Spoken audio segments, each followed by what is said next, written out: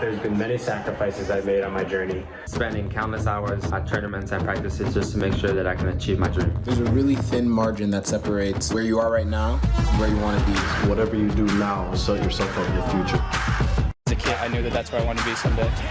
You have to work harder than the person next to you to make the first team. It's a matter of who wanted it more. At 13 years old, I joined the Philadelphia Union Academy. This is where I got today. As soon as I started playing for Red Bull Academy, I wanted to one day play for the first team. When I joined the Sounders Academy team, I think that's when I really knew that this was my dream. It was always my dream to become a professional footballer, and I had the privilege to get promoted as a kid by the Vancouver Whitecaps and the MLS. Away, gets away, and it leaps as a cannon! Guys, it's up to you. You are next. You're the future. Tú eres el siguiente. You are the next me. I believe in you. Let's go. Come on! You are the future. You are next.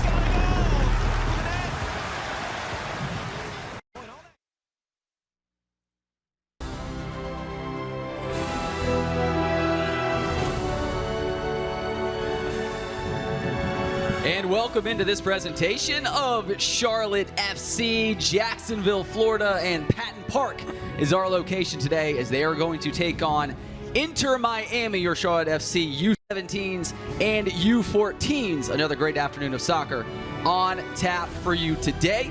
Jake Myers alongside Ryan Conigan bring you some great action here on this Sunday. And of course, as you see the kids warming up on the field from both teams right now, a bit of a delay because the game previous ran a little long, so it's going to be a bit of a later start than we anticipated this afternoon. And as soon as that game and these kids are done warming up, we're going to get underway again from Patton Park. But real quick, Ryan, it's going to be a fun one today. Again, two more matches, the U17 followed by the U14 against a great test from Inter Miami. Yeah, last match of the season here today against Inter Miami will be a great test, known for having a great youth academy.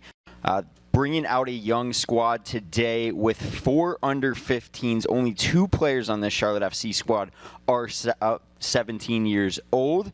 So it will be a great experience and a great test, especially for the younger kids on the team.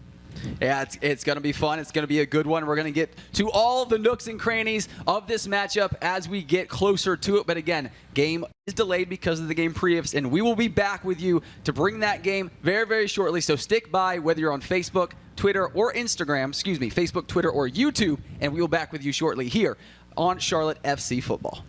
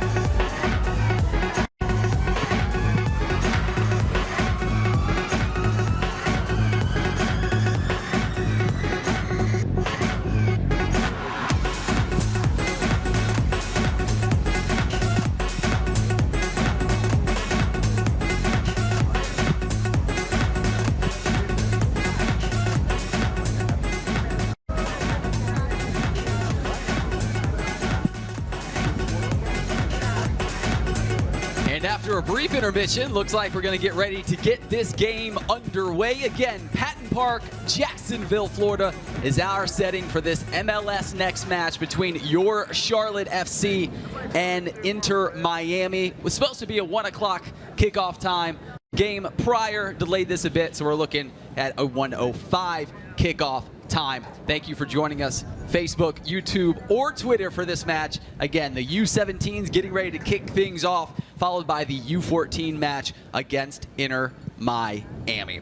I'm Jake Myers, Ryan Connigan on hand for what should be a fun afternoon from Patton Park. A beautiful, hot, humid day from Jacksonville, Florida. And what are you looking forward to most today, Ryan? Yeah, really looking forward to see this formation Charlotte FC is going to come out of. They're coming out in a 3-4-1-2, almost a variation of a 3-5-2. And what that means is they have 3 center backs in the back, 2 wing backs, which will be Siri and Zhang, and then Colby will play as the cam role. And then you have the 2 strikers, Wilson and Jimenez. Going to be interesting to see. Always fun with 2 strikers, a lot of offense to come from that. Wingers will be flying up, creating chances, and will be exciting to see. And before we get into that full Charlotte FC lineup, let's get over to the Inter Miami U17 starting 11 as they come into this game today.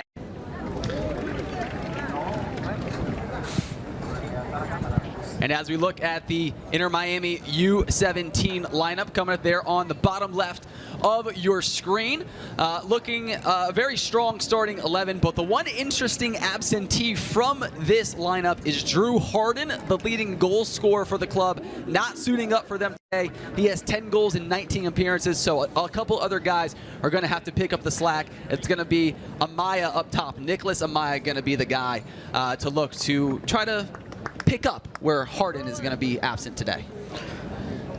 And as we flip over to the U17 lineup for your Charlotte FC, Ryan already alluded to some of the notable there as you see walking on. And again, different lineup changes you mentioned today, but a very strong starting 11 for Charlotte FC. Yeah, and as I mentioned at the top of the broadcast, it is really exciting to see this young squad take the pitch today. Only 2 players are 17 on the team, carrying 4 under 15s in the squad today. Great opportunity for them.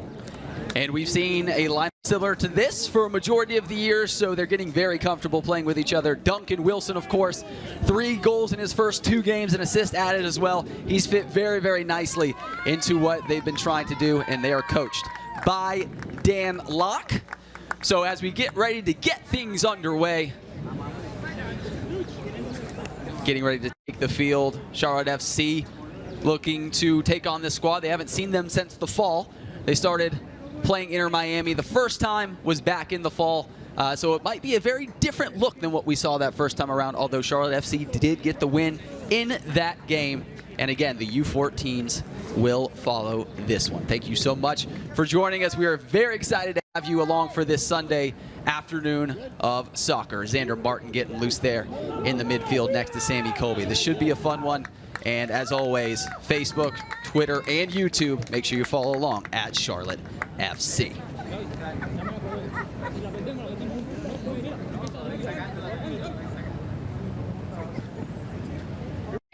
There is Nicholas Amaya over the ball for Inter Miami, and we are underway from Patton Park in Jacksonville.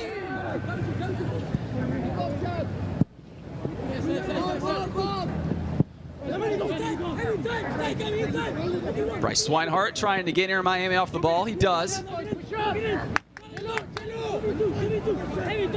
Eric Zhang gives chase. Zhang makes a move, but it's going to be out of bounds over to Inter Miami. And one of the big things we're looking for today here in the U17s, Ryan, a fast start. It's been one of the hindrances of this squad. Dan Locke talked about it in earnest with us this week, and something they're going to try to correct moving forward here against the Inter Miami squad that's going to look to attack all game long. Yeah, a strong start will definitely be one of the keys to the game here. You can almost call them the cardiac crowns, cardiac kids.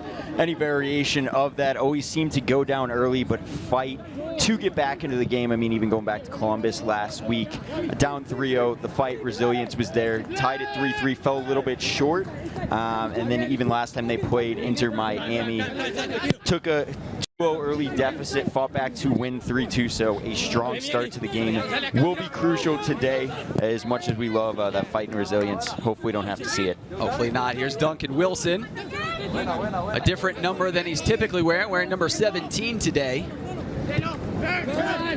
No gloves on today after he took those off at halftime versus Columbus, scored 2 goals, so maybe he decided to shake those all together. A little chillier in Beckley, West Virginia. We're definitely changed the temperature setting there, turned it up the thermometer just a bit here down in Jacksonville. Here's Natoli controlling for Inter Miami, plays the ball ahead. A bit of a miss hit there. Jack Neely plays it back, and Jonathan Moon now is going to be your goalkeeper today for Charlotte FC. He controls wearing the green kit. There's the temperature. Again, 84 degrees, more humid than the Carolina weather these kids are used to, so we'll see how the conditioning is affected today.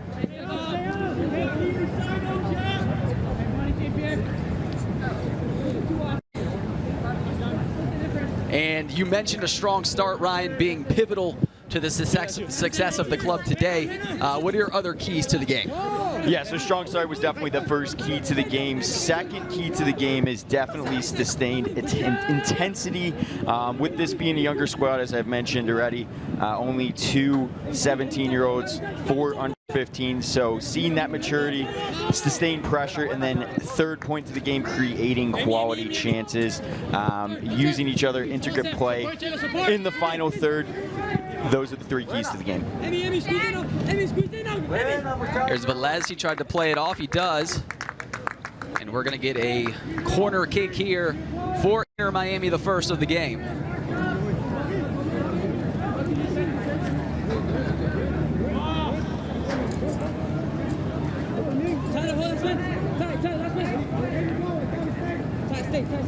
Pedro Fife, the Cuban.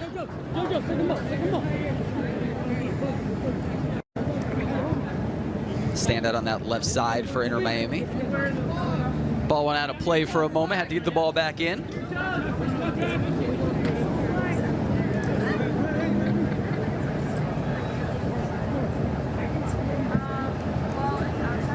And Five is going to play it into the box. Muntenau can't get a glove to it, but a header played away. Still not out of danger just yet. And here's Sam Siri trying to clear it. Ball played back to Pedro. Here's Velez. Sends it all the way back to the goalkeeper. And Luciano Natoli. Tries to play it forward, but Bryce Swinehart's there, and then kicked away from Sam Seri. Quickly from the goalkeeper all the way up to the front line of Inter Miami. Always have to have your head on a swivel, and Bryce Swinehart, of course, right there. Yeah, Bryce has been tested early and often in this game. Balls have been flying back there. He's done a great job managing it so far, cleaning it up. But that compactness and team defense is going to be important because it's looking early like Inter Miami likes to play those long balls over the top. Jonathan Muntenau from South Carolina. Time. A lot of the kids here with Charlotte FC taking both from North and South Carolina, trying to keep that homegrown spirit within the club. Exactly what MLS Next is all about. Kobe, there, hey Kobe, there you ask for it. Come out. There's the young Sam Seri. One of the youngest on the squad. Yeah, definitely one of the youngest on the squad. Just turned 15 last month. He's been impressive since coming up to the U17 team. Actually came to the academy as a striker, as a trialist. They saw the talent at him, never played right back ever before. Plugged him in there, and he has been a standout, as I just mentioned, since he has arrived. Played against some really tough competition as well. Guys we'll see from other clubs playing on the first team one day. Had strong showings against Atlanta, a couple of their high-profile players this year, and Columbus a couple weeks ago as well. And that's why this formation today is so interesting, is guys like Siri and Yang, they do get offensive. They have great balls into the box. They're going to be running up and down that sideline all day long and going to be able to express themselves a little bit more on the offensive side.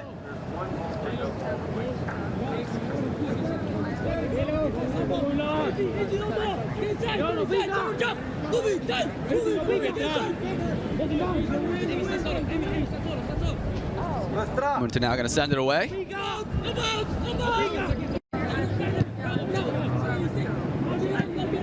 Inter Miami has possession.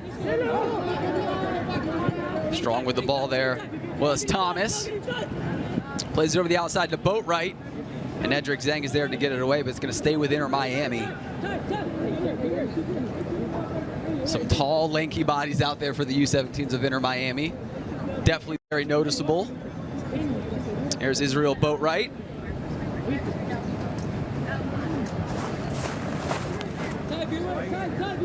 And Baptiste will throw it in. Takes a turn in the box, but Bryce is right there. Defense swarming. Inter Miami tries to reverse the ball over. Trying to get it over to Velez. Here's Fife. Here's Mondragon. Tackled hard by Xander Martin.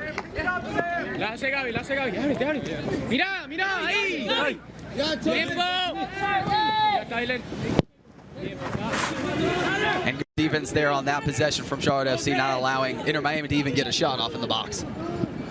Yeah, they're doing a great job defensively. You'd like to see a little bit more possession from Charlotte FC, really unlock what I think is one of their strong suits, offensive ability. So want to see a little bit more possession, but stay very well defensively so far. Mondragon over to Converse, who plays it outside wide. From his defensive position, there's Hall.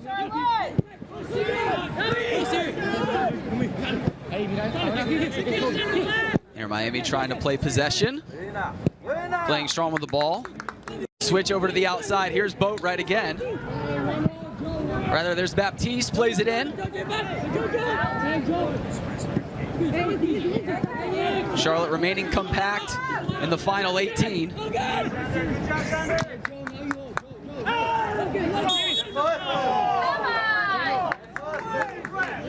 And after all that, a hard challenge is going to give Inter Miami a nice setup from right outside the 18. Sammy Colby ready to go the other way with it, but a hard tackle from Xander Martin will give Inter Miami a good chance. This free kick's definitely a dangerous area.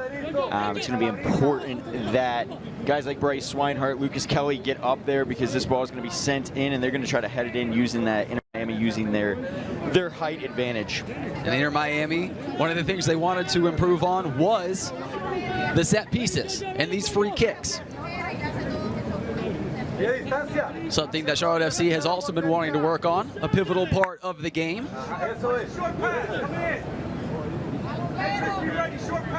Looks like Fife's socks already got some holes in them. A little more aerodynamic, as you like to say. So Fife and Velez over the ball. Velez is going to run over. It's going to be Pedro Fife, and that's going to go begging. So no damage done there. No harm, no foul to Jonathan Muntenau. Ball was sent a little bit high, but a lot of pace on that strike.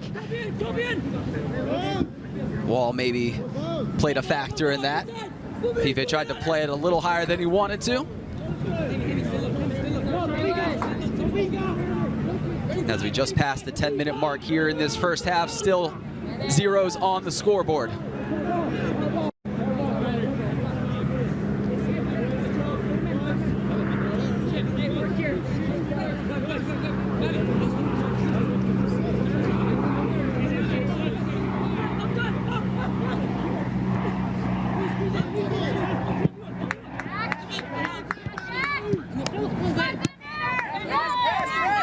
Charlotte putting some pressure on Inter Miami. But ball given right back. A couple careless turnovers with the ball Charlotte's had thus far, but no damage has been done to this point. But every week wanting to see improvement Dan Locke does from his kids, and being careless with the ball is not something he's particularly fond of. And even by running this formation today, you can really see the growth of Charlotte FC. To have the 3 center backs and the wing backs out wide requires a great level of communication and familiarity, and that's come throughout the season. So with being the last match of the campaign, great to see that growth of communication, holding the back line together, because you wouldn't be able to run this formation without that. Saw Dan Locke in that previous picture. Been working hard to make sure his squad is continuing to improve each and every week. Nice conversation with he and the U14 coach Mark Simpson on Friday. He talked in earnest about trying to create chances and put pressure on the ball, something they've been trying to work on the last handful of weeks, but particularly this week leading up to this match against Inter Miami. Ball kept in play from Xander Martin. Sammy Colby tries to get it ahead Kevin Jimenez, but that's just going to be wide. I know. And this is actually Charlotte FC's first overnight stay. So the rest of the games they've played have all been one-day shows, busing there in the morning, playing the game, coming back. They actually stayed overnight in Jacksonville yesterday. So this is a new experience for all the players as well.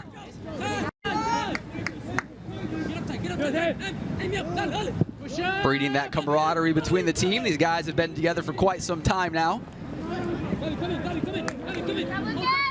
And last time they played this Inter Miami team, again, was all the way back in the fall. So it's been quite a while since they've seen this team. And obviously a different look today between the two sides. Learned quite a bit along the way in those handful of months in between.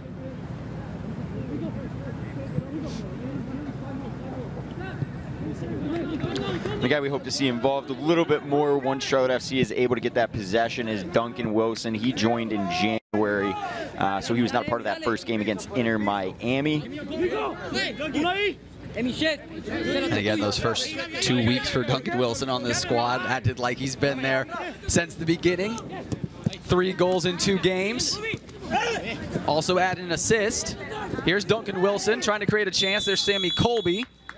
And because of Duncan Wilson being aggressive, going to give Charlotte a free kick. Get a different number for Duncan today. Had been wearing number 44. Now in number 17, and Xander Martin now is going to take pretty much all the free kicks for your Charlotte FC. Wearing number 29, Sammy Colby 30 next to him. Xander Martin with a goal on the season, but the leading assist man on the squad. Here's Xander Martin playing it wide, looking for Bryce Swinehart. And Inter Miami's going to clear it away. Down the sideline is Boatwright. Challenged by Zhang. That was a great ball over the top by Martin. It seems like Charlotte FC's kind of MO there on those set pieces is sending it up and letting Bryce Swinehart find it on his head. Even going back to the game at Bank of America Stadium, one of the goals from the set pieces was exactly that. Martin sending it up in the air, letting Bryce Swinehart go find it, putting it back to the net. And it seems to be a bit of a back and forth between the two squads right now. Inter Miami seems like they've had more chances, but overall, you talked about the formation earlier in the game. How do you see the pace playing out for these two squads up to this point? Yeah, there's definitely a feeling out process so far. Charlotte FC is definitely sitting back more. You saw game 2 weeks ago against Columbus, press was what they were doing. Here they're almost sitting back more, waiting for a counterattack opportunity. Even that foul on Duncan Wilson, change of pace, flew up there, got the free kick. So definitely a different setup than previous games. And the midfield has been a point of emphasis as well. It's where the battles usually are won and lost in terms of how goals are going to come. And that counterattack is ever important. And a bit of a giveaway here on the part of Inter Miami is going to give Charlotte FC the ball back. But we talk about that offensive side, and Dan Locke preached about creating more chances for this squad. But the defensive side of the field has been the real focal point for this squad, trying to make sure that they keep their lines and don't give any free runs behind them. And to this point, at least in this ball game, we've seen that play out pretty well for Charlotte FC and taking that and applying it. Absolutely. You got to control the middle of the park. That's where the game's won and lost. Forcing Inter Miami out wide, those less dangerous areas. Looking for an offside flag, and it's going to be offside on Duncan Wilson as the ball was played back in.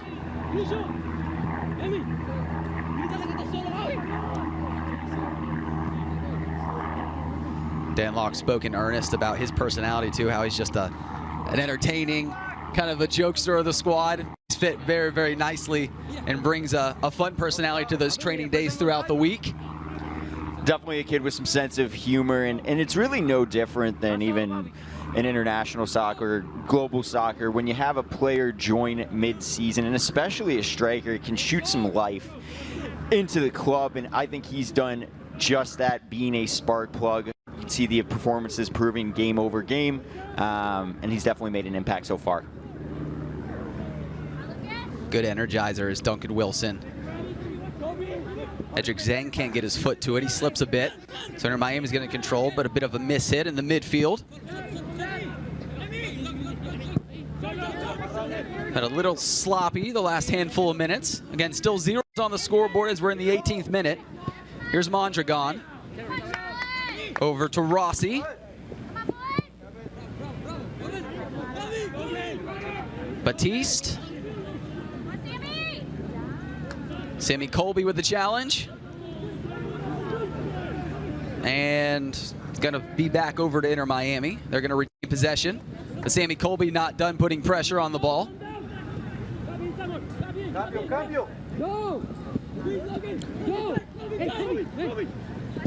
Colby didn't win the ball there, though. That was some relentless pressure. Now over to Velez, who takes another bit of an ambitious shot on goal. Maybe tried to play it to that far post, but a bit too far. And so it's going to be another goal kick for Charlotte FC and Jonathan Muntenau. And again, you see Charlotte FC's compactness, keeping everything out wide. With the three center backs in the back, it's going to be hard for Inter Miami to break them down and get down the middle. So not a big scoring chance there, since it was for so far outside of the box. And numbers game within the box favored Charlotte. 7 players playing back in that 18, as opposed to the 3 attacking players that were up for Inter Miami. All a part of that different formation, and a bit of a high kick there on the part of Xander Martin. Pleading to the ref, saying Inter Miami player ducked his head. Xander Martin, even keel, ever steady in the midfield.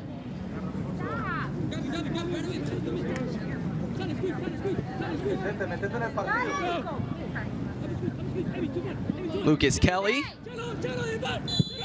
Hey, good work, Lucas. Come on, boys. Let's go, Charlotte. Lucas Kelly had a very strong game against Columbus 2 weeks ago. We had 2 trialists in the back. He really held his own and kept those early chances from going in, kept them in the game. So they were able to come back from three down to tie it. Plays a couple of different spots on that back line. Playing more of that left back role today, but also played more of a center back. Versatility in the back end, along with Bryce Swinehart.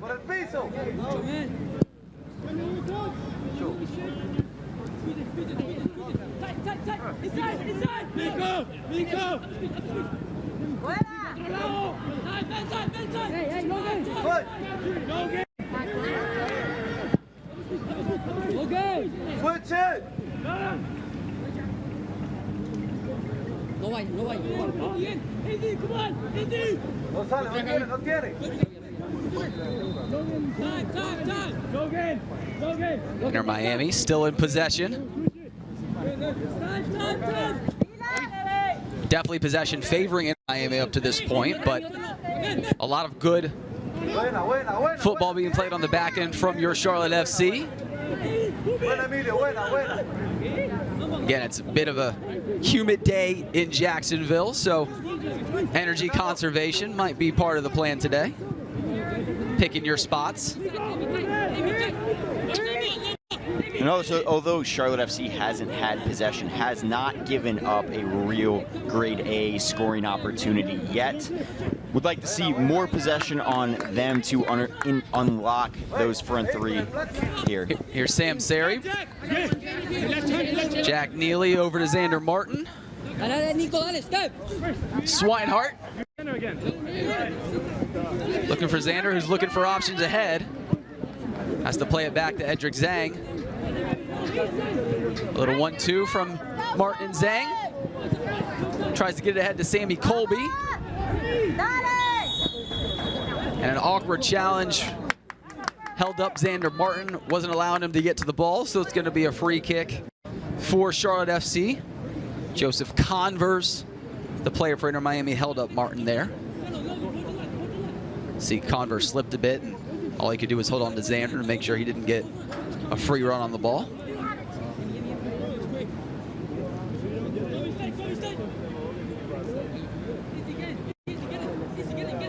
It's going to be interesting to see if they're going to send it up to Bryce Swinehart again or try something new off the free kick here. Lucas Kelly came up from the left back position to play this ball in. Ball played low, not to anyone from Charlotte FC in particular. And so a counter attack coming from Inter Miami.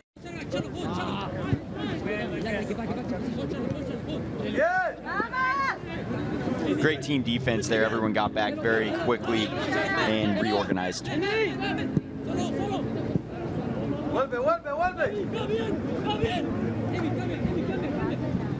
Here's Batiste. And a hard tackle with Sammy Colby involved. Thought the ref might be pulling out a card there, but Colby's been aggressive early here. Some strong challenges, some near misses. Got a little bit too much of the Inter Miami forward there for the referee's liking, but do like the aggressiveness. Team energy has been big for Dan Locke, something he wants to see more of, and Sammy Colby bringing the intensity, trying to set the tone for his squad today. Part of the wall set up as you see a couple players for Inter Miami getting ready to send this ball in. There's number 2, Batiste, plays it forward, and header off of Thomas. And back the other way is Duncan Wilson. Lost it on his backside. And a good recovery from Hall. That's Tyler Hall. And that was great to see there from Charlotte FC, defending that set piece and then turning it into a scoring opportunity of their own on the counterattack.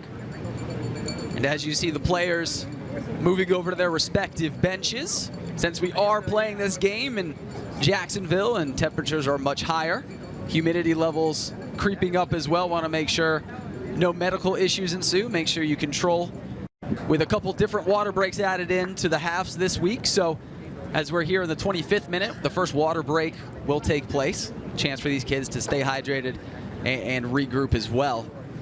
So within this first 25 minutes, what are we looking at, Ryan, in terms of how you see from your keys to the game and kind of what you see play out to this point? Yeah, I think Charlotte FC has had a strong start, even though they haven't had possession. That defensive compactness is great to see early.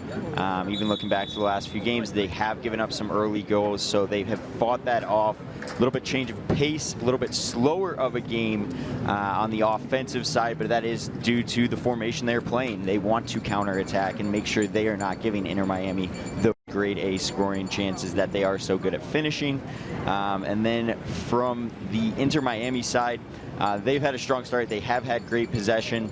It's really the challenge for them is unlocking Neely, Swinehart, and Kelly on that back end. There just seems to be no space in the middle. They're keeping them outside, which is just really having them force the ball in for headers that Charlotte FC backline has done a great job handling.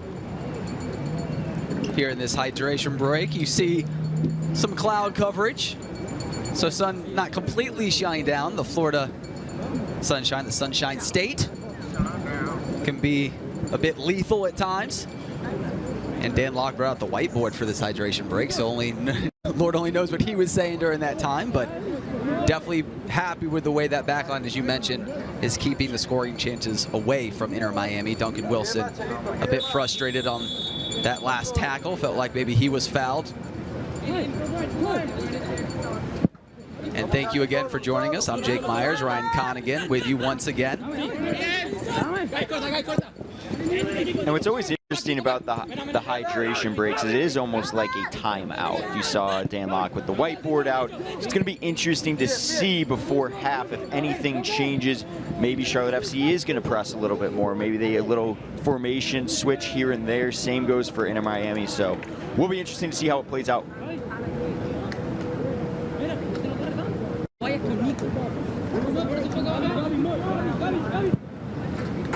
Quick adjustments being made even before halftime. Here's Lucas Kelly. Dangerous pass back to Muntenau, but quickly got it away. Here's Sammy Colby.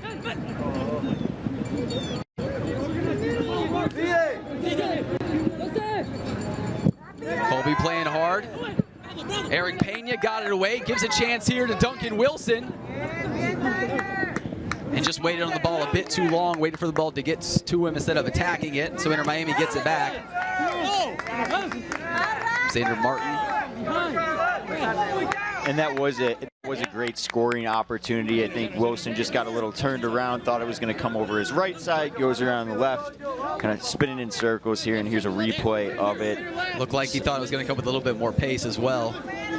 Yeah, it's always that challenge of trying to stay on side, having your marks and your lines and knowing what shoulder he's going to go over. So hopefully throughout the game, that chemistry and in pass build-ups connect a little bit better. Since Duncan Wilson has made his debut, we've seen really good chemistry between he and Xander Martin. Almost hooked up again there. And Xander Martin's just a phenomenal passer, very fun player to watch. Snaps the ball to both sides of the field, great from set piece positions, and a real leader for creating scoring chances. Very decisive on top of all of that, which is what you need in someone who is a great passer, anticipates well. Here's Thomas. Plays it over to Boatwright, back to Thomas. And headed away, Eric Pena.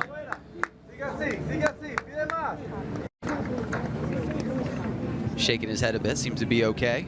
Ball played in with pace, but you saw the way that the defense was able to regroup once again for Charlotte FC.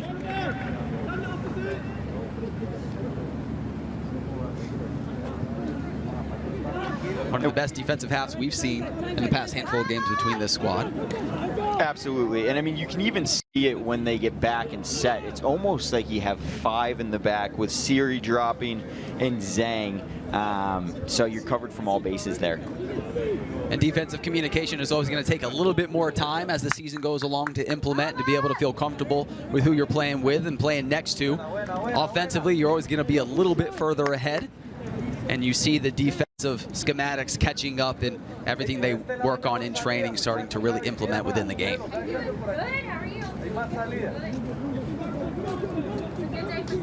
It's a great day for soccer, absolutely. Fans agree. Great nat sound as always from our crew on site and our audio crew on hand as well. The wonderful sights and sounds of Academy Soccer. Ball played in. And a tough chance. That's Boatwright. Inter Miami gets on the board first. 31st minute, Israel Boatwright finds the back of the net. Yeah, and I mean, you see him coming down the wing, sends it across. First guy misses, but too much time and space there. And they were caught a little bit out on the counterattack. You saw Sam Siri running back trying to recover, which gave that guy extra space. And when you got time and space and players of this talent, they're always going to put it in the back of the net. When the ball comes to the feet of an offensive player with that much space and that close to goal, it's going to be tough. to keep it out from being the back of the net. And Boatwright had great composure there. He knew he had time. He didn't rush it. Sometimes when the ball comes to your feet and you do have that extra time, it's almost like you overthink it and make a mistake, or you rush it. He did not do that, settled in, put it in the back of the net. So a 31st minute goal for Inter Miami breaks the tie, 1-0 in favor of them. And now, again, last game they played these two teams. It was a 2-0 lead for Inter Miami before Charlotte FC stormed all the way back to win 3-2. So not unfamiliar territory for Charlotte. Plenty of time to go, but a deficit they didn't want to see nonetheless. There's Pedro Cavalcanti, the Brazilian. 10 years of international coaching experience. A graduate of the University of Miami, so great roots down in the Miami area, leading both the U17s and the U14s today. And that experience pivotal in the way this academy has shaped up for Inter Miami.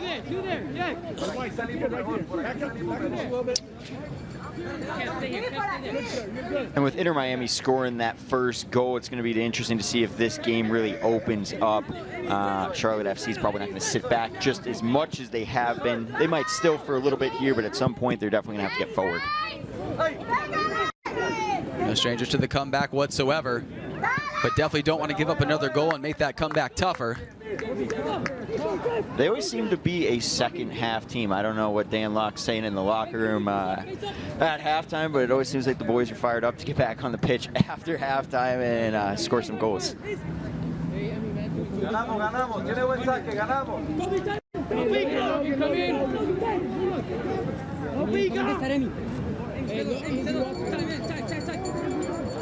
Seven substitutions are available today for Charlotte FC. We'll see how many get into the game. 2 of those reserves are trialist players, which I'm sure we'll see at some point in the second half, and we'll give you more information on those players and what they're aiming to look at when they come to the ball game. But right now, the typical 11 for your Charlotte FC are on the field. And substitutions played a huge role in that comeback 2 weeks ago against Columbus. When Bryce Weinhardt came on, really solidified that defensive back line. Zane came in and provided some great crosses, had an assist. So substitutions are always an important part, and even more so today, especially with this heat. Keeping fresh legs. Something that could be beneficial to the ultimate winner of this game. Kevin Jimenez playing with fresh legs for Charlotte with that challenge. He and Tyler Hall going at it a couple times in this half. Sam Seri trying to play it up. Inter Miami gets it back.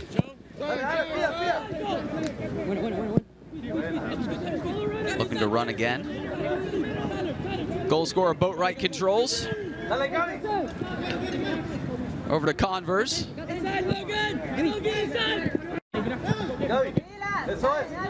Velez.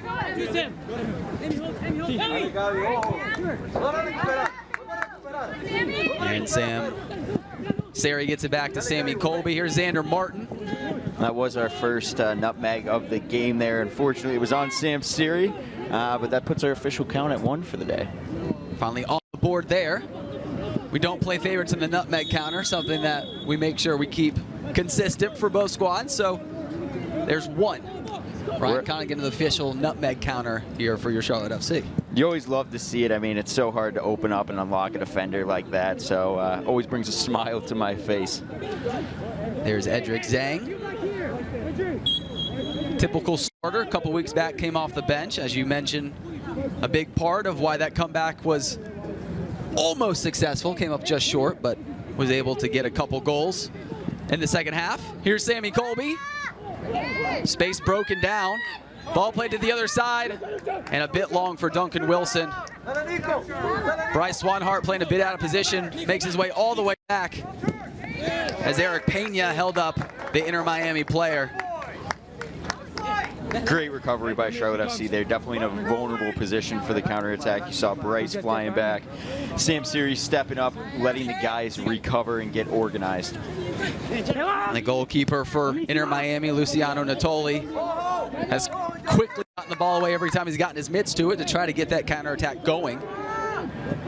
Looked like there was a possible foul call from the ref, but he wanted to play advantage. And another wall off from the Inter Miami defense is going to give the ball back to them. Charlotte FC has definitely stepped up their intensity over the last 5 minutes. More possession, more ball control, and pressing a little bit more, causing Inter Miami to make some mistakes.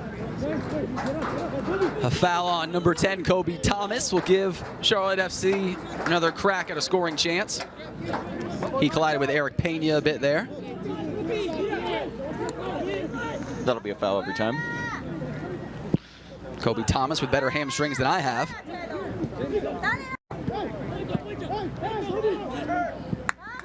There's Thomas. Here's Jack Neely. Swinehart playing on that right side. Sends a good ball into Duncan Wilson, but just a bit far away from the goal for a good scoring chance. But what a ball played in from Bryce looking for Duncan. A beautiful ball over the top, had pace on it, had spin. I think it even caught Duncan Wilson a little bit off guard there. Not sure if he had a chance to maybe play it to his feet there, but nonetheless, a good opportunity. And one look up from Bryce, quickly over to Duncan. Maybe looking for that back post where Samsera was running, but wasn't able to get the ball over that direction. Yeah, just caught him in an awkward spot of, do I head this into the net? Do I pass it across to Sam Suri? Do I take it down on my chest? Kind of got caught in no man's land there. But one awesome pass there by Bryce Swinehart.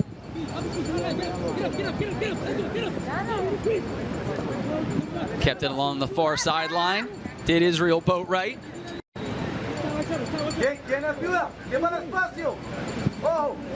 Boatwright to Mondragon.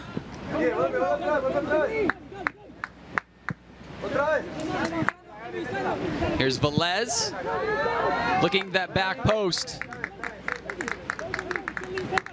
And again, just too far. Trying to find Boatwright. You can see how strong Inter Miami is with the ball. And defensively, they've been quite stout, limiting the scoring chances for Charlotte FC.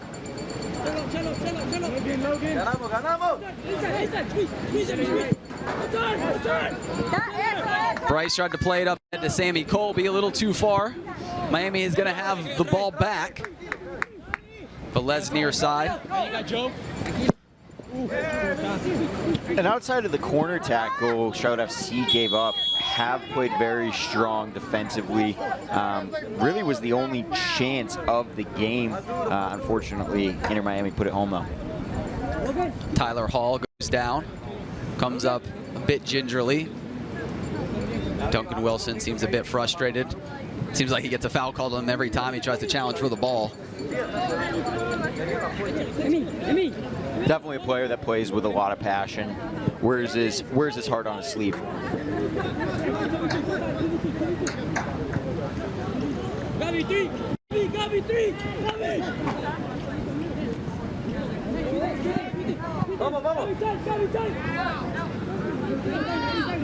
Lucas Kelly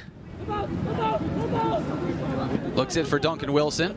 Ways to control it down to Sammy Colby. Gets it ahead to Jimenez. Jimenez tries to be in a foot race and is tackled away. It might go away for a Charlotte corner and will. And a good setup from Duncan Wilson will give Charlotte a good scoring chance on a corner. And here's Jimenez. And that was a great touch by Wilson on the touchline over there. Sends it up to, I believe, Martin, who gave Jimenez that opportunity for a great scoring chance.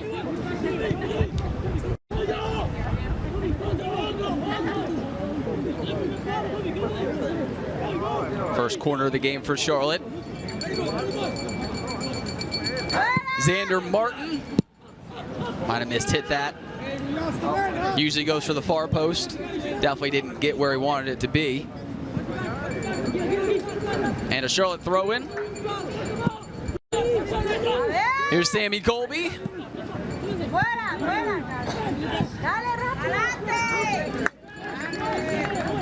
can see how quickly Inter Miami shuts down any passing lanes in that box. Got crowded very quickly. Yeah, Charlotte FC is going to have to be a little bit more technical, crisp in that final third if they're going to want to tie this game up. Edric Zhang kept it in.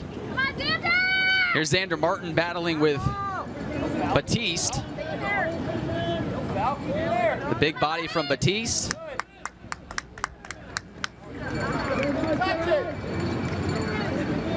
Looked like it went off of Batiste. Looked like he kicked it out, but the ref said Xander Martin got a foot to it. But you can see just in that challenge right there, some of the disparity in height between some of the players on the field today. Again, a younger team for Charlotte FC. Some 15, some 16. A lot of these Inter Miami kids a little older. And you're going to see them just develop more and more chemistry throughout the years. That's what's so great to see about having all of these guys under the age of 17. Most of them will be back next year. In Inter Miami, you got to think they've been playing together years. They've come up from U13s to U15s to U17s, so they know each other's playing style very well. As this academy continues to grow, you will see that from Charlotte FC. And just being able to know where each other are a little bit better. Instilling that culture and identity has been the grassroots effort in this first season with the academy. A miss hit. Here's Jimenez. Jimenez tries to make a sliding adjustment to it as Natoli went and challenged from his goalkeeping position. A careless mistake from Inter Miami almost gave Charlotte a chance. Seems like a bit of a misplay right at the end, trying to create that scoring chances, limiting the ability for Charlotte to put one in the back of the net. Here's Amaya. And they're starting to create opportunities, which is good. But like I just mentioned, just got to be a little bit more crisp in that final third.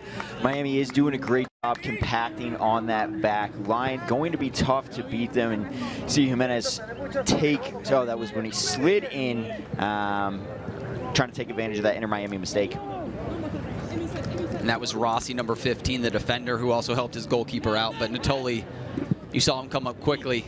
Very decisive move to come out of his goalkeeping spot.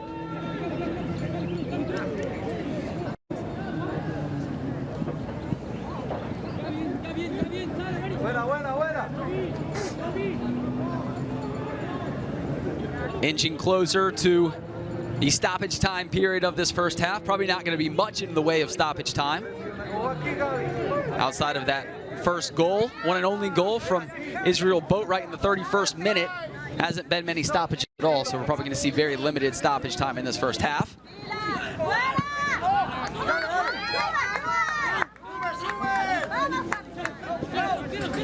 You see some slow jogging from Charlotte FC, trying to get back. Here's Amaya on the ball. Defended well from Bryce Swinehart. And it's important to finish out this half strong. Never want to give up a late one. Just can't completely swing momentum and make that uphill battle even that much harder to climb. Near Miami looking for that second goal.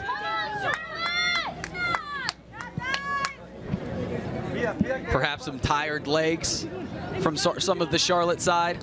Again, the travel from yesterday, staying overnight. And adjusting to that difference in schedule might be playing a bit of a factor, but still trying to play with good intensity, does Sammy Colby. Velez looking in, finds the back post, and it's going to be an offsides call.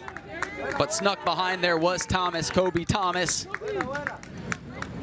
And that was a great ball in, low driven right over the defender's head. Solid touch too, just a tad offsides. Charlotte really dodged a bullet on that one. And you saw on that replay, Edric Zhang, number 34.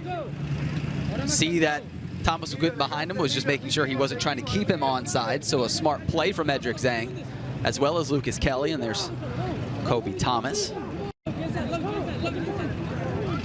I need to see what his leg workout is. Yeah. Me as well.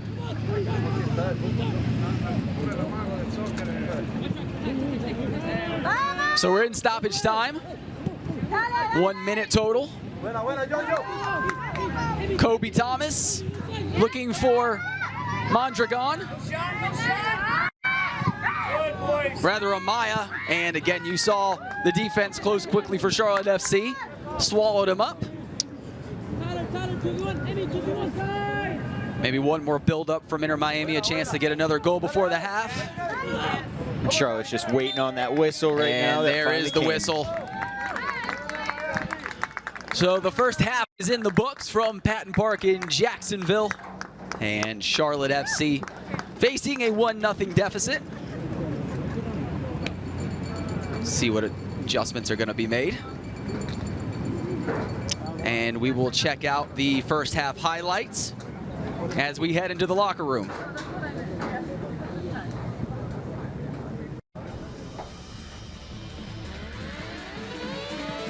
First half, bit of a delay from the first game. Couple highlights, good defensive stands. Ball movement as well. Sam Siri always taking great touches in tight spaces. There's the free kick, a couple scoring chances from Xander Martin. A chance from Inter Miami, the first of a couple for them. And again, a good look here from Xander Martin, just couldn't get it to Duncan Wilson. And here's the goal. At the goal, Israel Boatwright, right place, right time on a good cross. Another look at it. And from that angle, you saw how tight of a window he did have to put that in. And a couple extra chances for Charlotte. The latest from Bryce Swinehart to Duncan Wilson. Just didn't know what to do with it there. And so we're in the halftime locker room. 1-0 is our score. Inter Miami on top. We'll see how things change into the second half. And as we head into halftime, check out the latest Between Two Pints with Ryan Bailey as he hosted Dan Locke.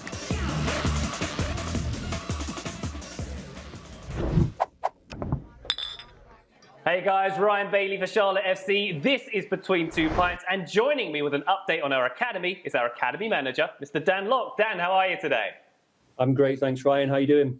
Very good indeed. All the better for having you join me here today, Dan. We've had some really encouraging games from our academy against MLS opposition lately. How are the academy teams doing? Really good. It's progressing well.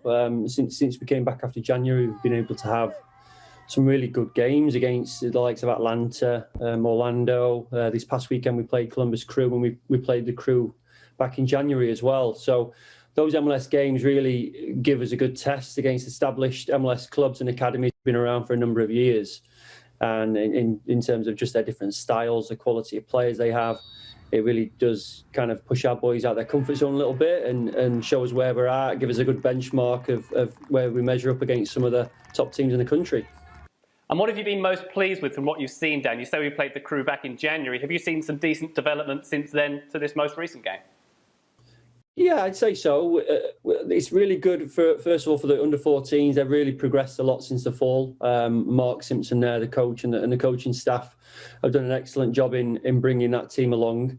I think with the 17s as well, you're starting to see now parts of our playing identity come through in terms of how we want to press, some transition to attacking moments. We've scored some good goals on the counter-attack, some individual defending. So I think it's starting to, you kind of layer in those identities now, looking ahead long-term for next year. So it's coming along well. We still need to improve a lot in possession, I would say. So it's the next kind of point for the boys to become more consistent from game to game. But it's really good to see kind of from week to week, different areas of our playing identity come through.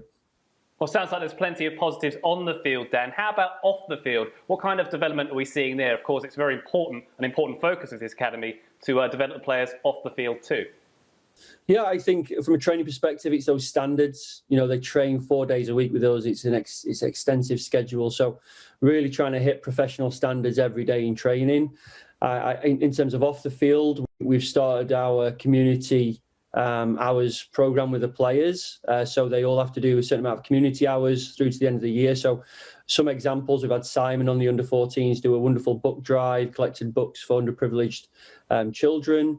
We've had Landon Lynch do a kind of a soccer equipment collection for underprivileged communities, and then Ethan do a really good food bank drive for homeless children. So it's really good to see the boys getting out in the Charlotte community and reaching out and doing some wonderful initiatives. So that's been really good.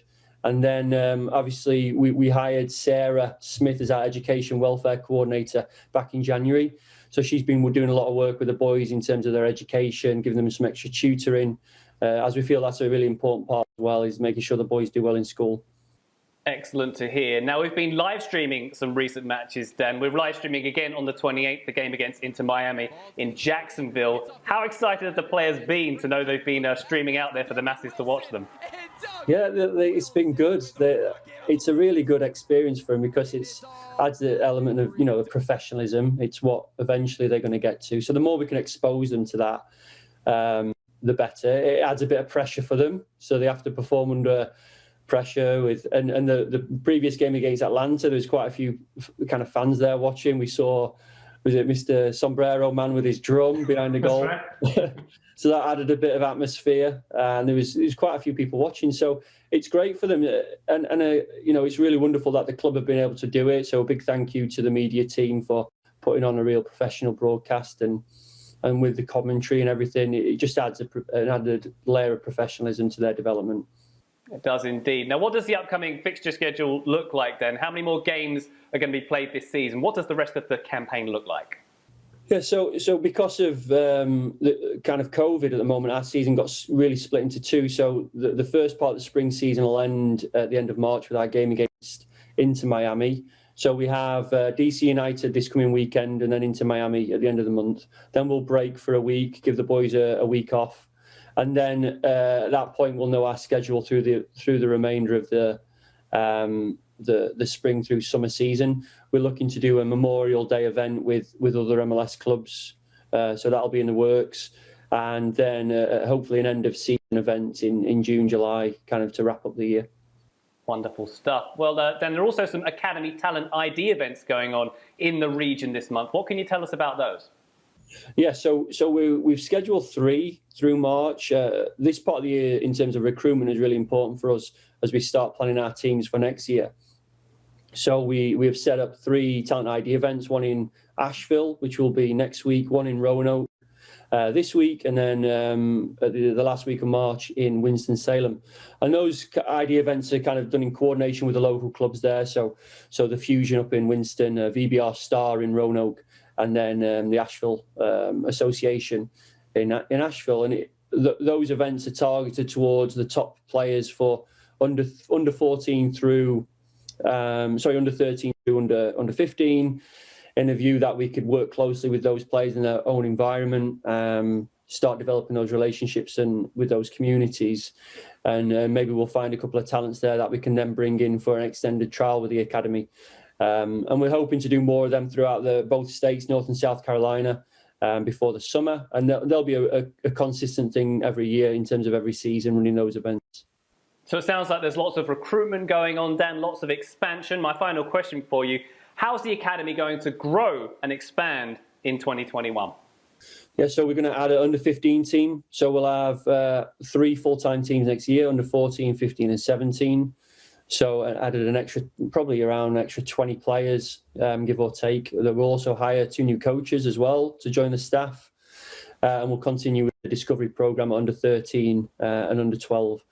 So a lot of developments. We're really excited. Recruitment is a big part of that. And the local clubs have been a big help with kind of being flexible, with allowing us to bring players in on trial and working together with us on that and recommending players and helping with the process. So that's been a big help.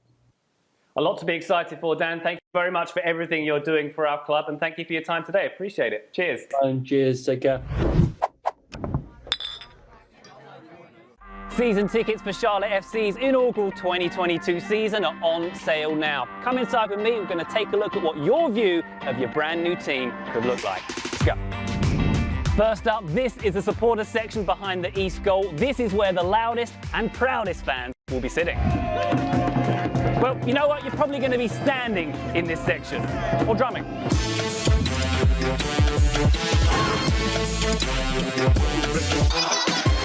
Now, seating is unreserved in this section, which means you'll probably have to get here a little bit early if you want to sit down the front and give your best wishes to the opposing goalkeeper.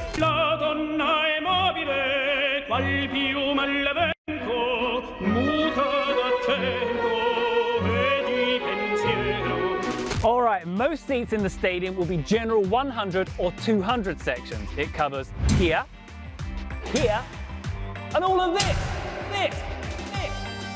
Yeah, this is reserved seating. It means you can sit with your friends and family while you're cheering the team on.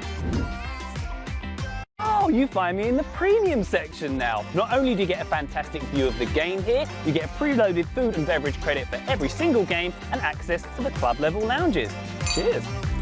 So those are your 3 season ticket options, and the seat selection process has begun. Get yourself to charlottefootballclub.com to make sure you're here when the action starts in 2022. If you love the beautiful game and you call the Carolinas home, you belong here. Welcome to the club.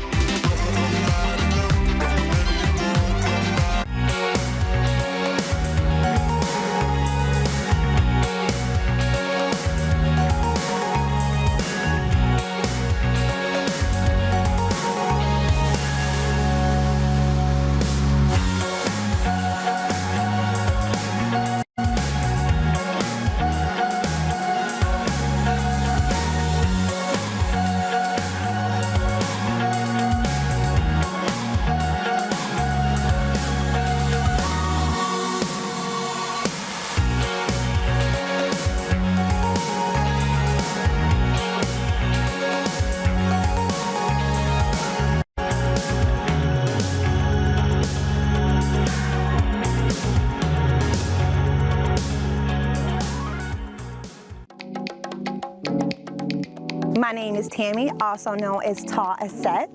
My business is V Crave, short for Vegans Crave. We are an alkalized and vegan service here in Charlotte. Alkalized living is that you're eating everything that helps the body and it neutralizes the body in a positive way, so it keeps it over a 7.5 versus being acidic. Anything is under a 7.0. I created V Crave because we couldn't find a good alkalized mineral-based place to eat. Our #1 craving is our chicken fried mushrooms, anything that deals with quinoa. So the best way to reach us is give us a call or look us up on Instagram or Facebook.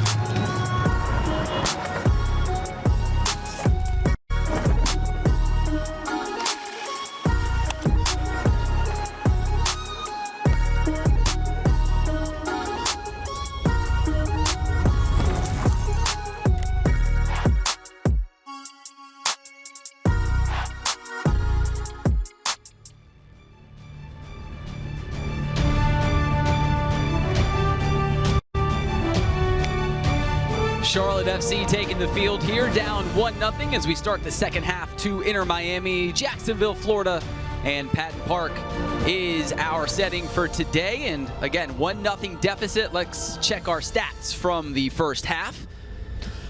Inter Miami took that lead, so 1-0 scoreline there. Shots 4-2 in favor of Miami. You definitely saw Charlotte pick up the intensity, get a few more shots on goal at the end of that half. Corners are 1 apiece, and saves are 2-2. And not pictured as the 1 nutmeg on the part of Inter Miami, so going to keep that accountable as well. Second half underway, and Charlotte FC controls. Looks like we do have 1 substitution at least. As you see, Caden Taylor with the ball right there, number 36 for Charlotte FC. We'll try to get those substitutions as quickly as we can. See who he replaced in the lineup, but again, Dan Locke looking for maybe some fresher legs to try to get them back in. Here's Duncan Wilson. Defense closed in on him. You can really see how physical of a striker he is. Just ran over the defender there. First one out there.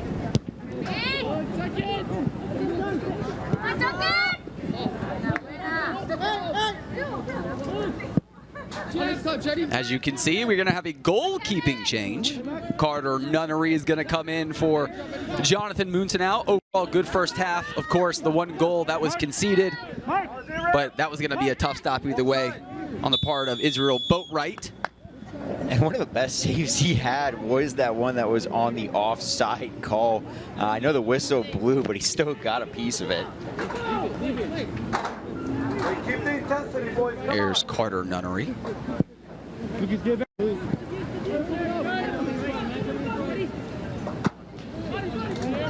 And the second substitution, we mentioned Caden Taylor. He's going to replace Jack Neely.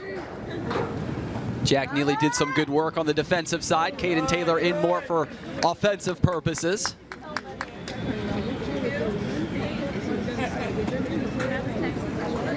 It'll be interesting to see with Taylor coming on and Neely coming out of the game. That no longer has the 3 center backs in the back. So are they Charlotte FC going to drop to kind of your standard 4 in the back or stick with the same formation? And there's Amaya, number 22, blazing down the middle of the field. But Nicholas Amaya was turned away by Xander Martin. Kevin Jimenez, Sammy Colby. Sammy Colby finds Duncan Wilson on the left side, and he's off sides.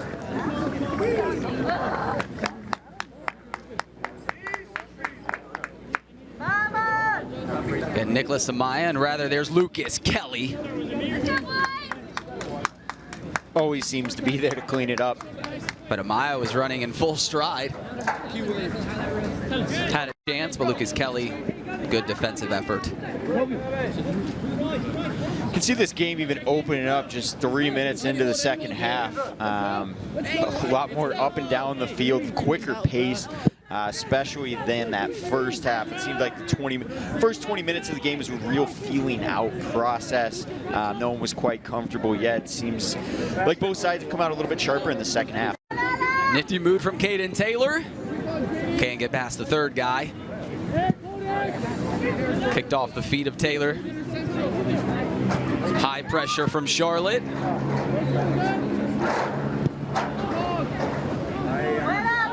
Now Inter Miami on the counter.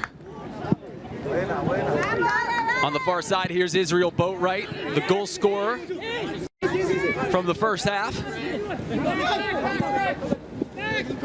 Batiste.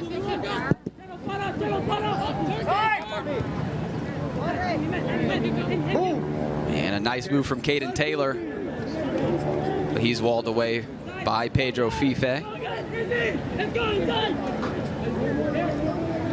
You can definitely see the difference Caden Taylor's already made in the first couple minutes of this second half.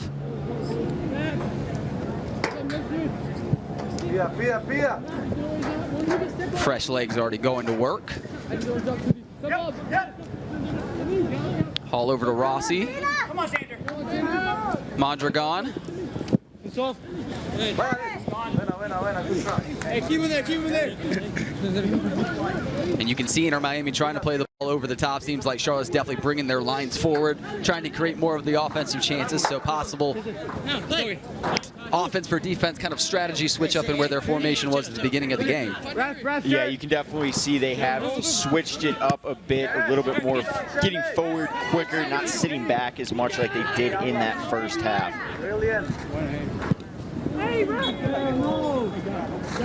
Sammy Colby crashing into the Inter Miami players, going to give them a free kick, but Sammy Colby been very, very active today. Has definitely set the tone for this Charlotte FC squad.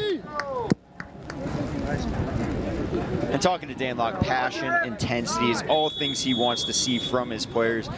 Colby is definitely a guy, you can see it almost looks like a bull in the china shop at times, but always keeping up that pressure. Very, very physical. Fun guy to watch.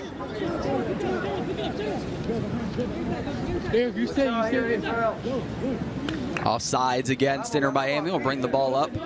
Bryce Swinehart.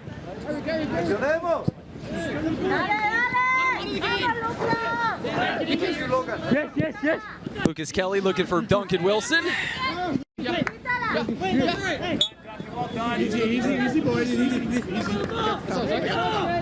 Wilson fouled on his backside. That's Mondragon. Finally a call going Wilson's way. Should be happy about that. Usually he's on the other end of those. You didn't play to my feet. Come. Talking to the ref on his way back to his offensive spot. That awesome Nat sound again provided from our audio crew. Good work from our crew on site there in Patton Park.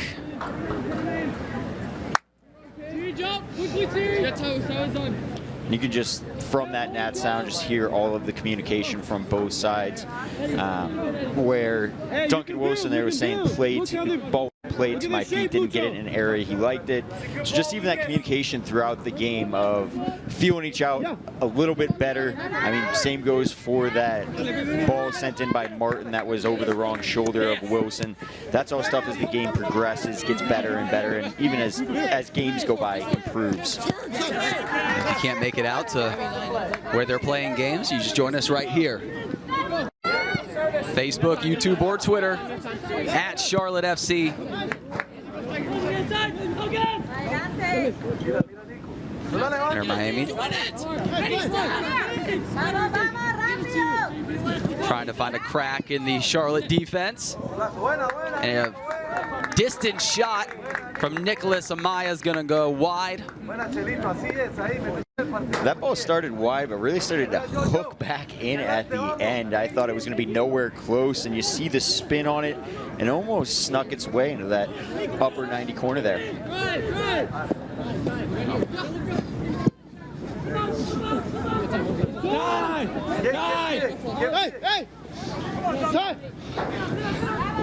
Duncan Wilson putting pressure on the ball. The defender falls down.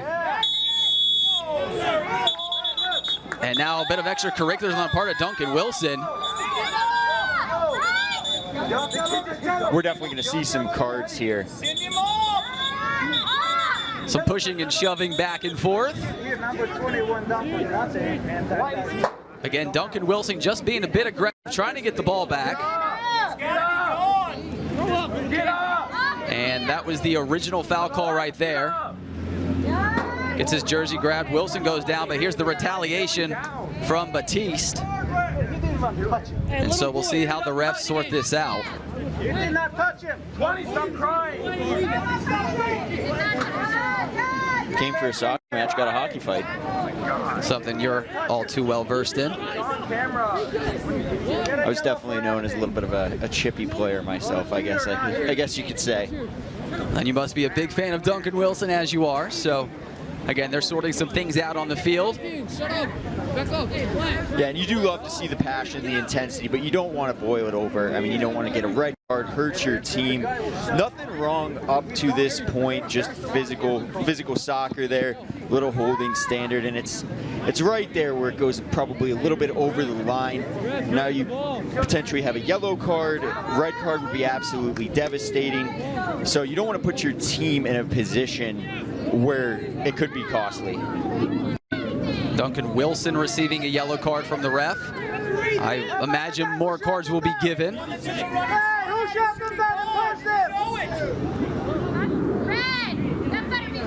And there's going to be a yellow from Batiste.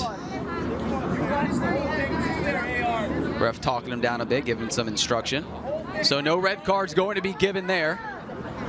Gonna let them play on. Gonna book both of them. Yeah, the fans there cheering on the red. They want less guys on the field, a little bit more open soccer game. Maybe they're just a little biased. Not often you see a blatant non-soccer play not get a red card, but only yellow cards given to Duncan Wilson and Batiste. That is Logan Batiste as he kicks it away.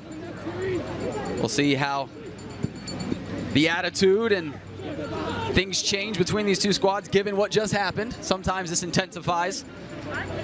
And if you go where the play is. And if you go back to the Columbus game, it was a hard challenge, I want to say, on Pena that really sparked the team. You could see they were a lot more into the game, and it actually helped mount that comeback of a little bit more fight, a little bit more intensity. So you wonder if that's going to do the same thing here. Maybe it'll be a spark plug, and they will bring it up a level.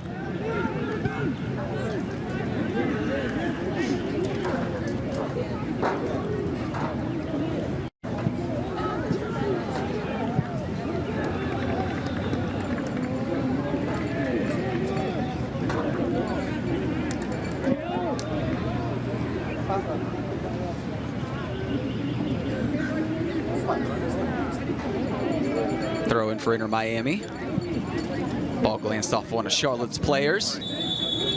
And more chippiness coming from Inter Miami. That's Kobe Thomas and Eric Pena for Charlotte FC in there.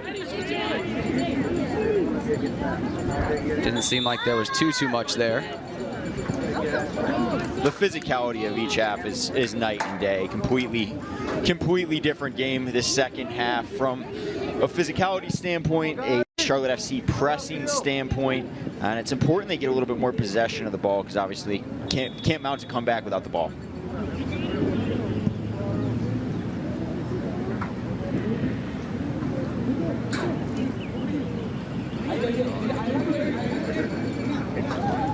Couple of substitutions. Looks like being made for Inter Miami. Don't believe they made any substitutions at the intermission. Duncan Wilson possibly kept on sides from Batiste. And another mishit in that final part of possession. Nothing doing for Charlotte.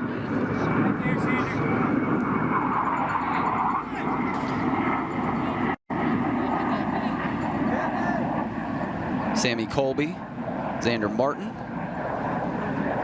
There's the Inter Miami subs. Kobe Thomas coming out.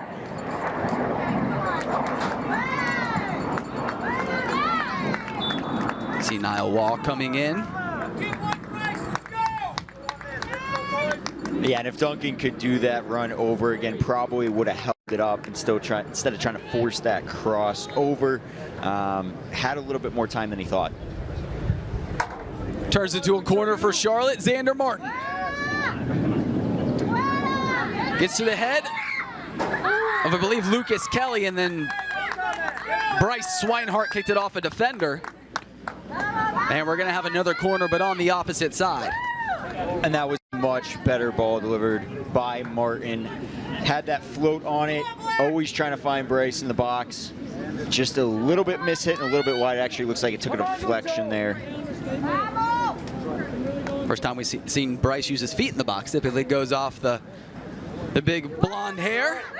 Xander Martin looking for Bryce and just a little too high. The lead wasn't there, but another good ball played in there from Xander Martin. A couple good chances for Charlotte.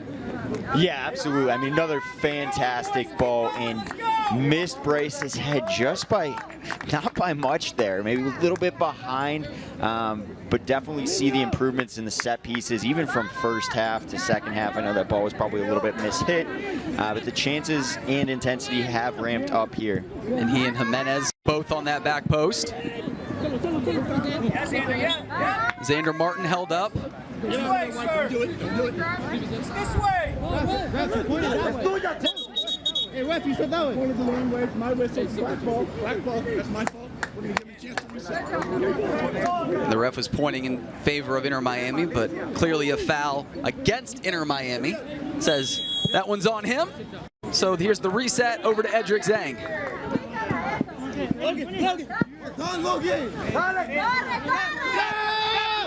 Logan Batiste continuing to be a nuisance. And that back end for Inter Miami. You can see number 34 for Inter Miami. The new substitution on.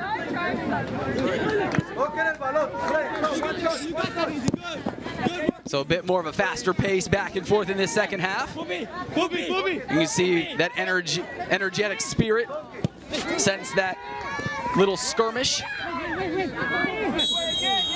Both teams definitely picked up the intensity. A little frustration as well on both sides. My whistle. My whistle, boys. Inadvertent contact there, it seemed like. It's really been a theme in the second half is strong physical challenges. Obviously, some have went over the line. The intensity, man, it was really, really ramped up. That was Israel Boatwright. Might have taken a cleat to the side as well.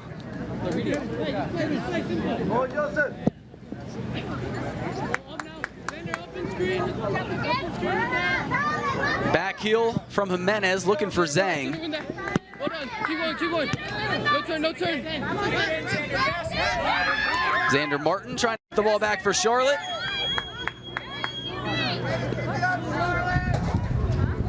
Martin just plays a foot taller than his height. One of the smaller guys on the field, but just fighting off guys, stealing it, pressing there, causing pressure and turnovers. Here he is again. Can't find Duncan Wilson. Sam Sari. Here's Sammy Colby. Back to Xander Martin, looking for Duncan again. Can't get the body to it. Eric Pena looking for Caden Taylor. Thwarted from Velez. And he simply had to get it out of bounds, and it will be another corner, the third corner for Charlotte FC in this half.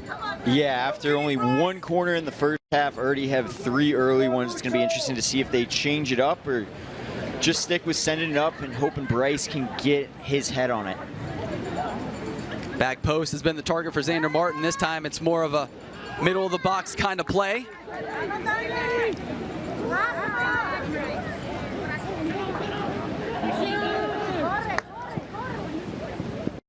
And good counter-attack defending. You saw Inter Miami wanted to run, but was quickly closed off. And great job by Sam Siri there again. That's the second counter he's broken off a almost missed hit on a set piece. Good to have him back there. Let the team get back, get organized.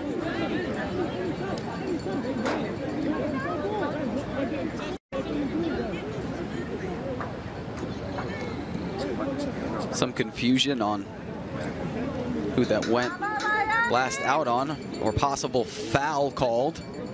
So the ball's going to get moved up, maybe in offsides as well.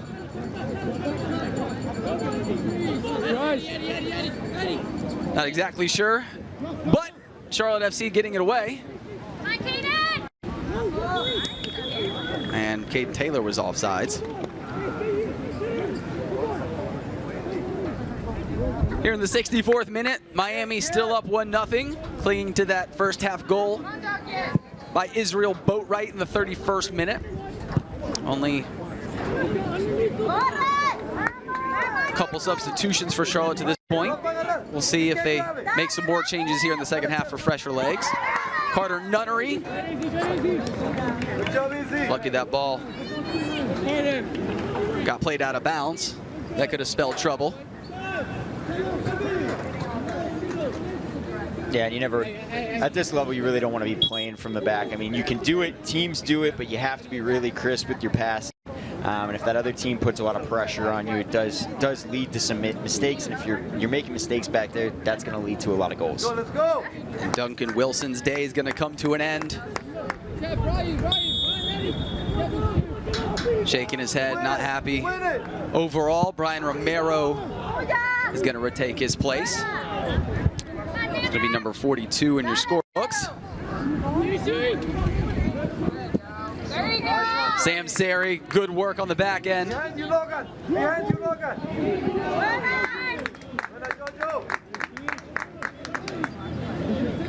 Seems like every time we call Sam Sari's name, he's doing something positive. You can see the way he used to play that striker kind of midfield position, now a right back here for Charlotte in the academy, but you can see those skills translating and how he's able to handle the ball. And with him only being 15, I mean, he's just going to continue to develop in that position. And another corner courtesy of Caden Taylor, trying to get it to Kevin Jimenez. So Caden Taylor has made his presence felt as he's come in since halftime.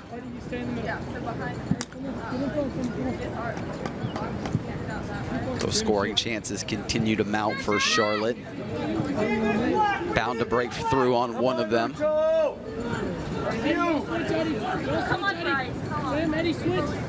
Xander Martin.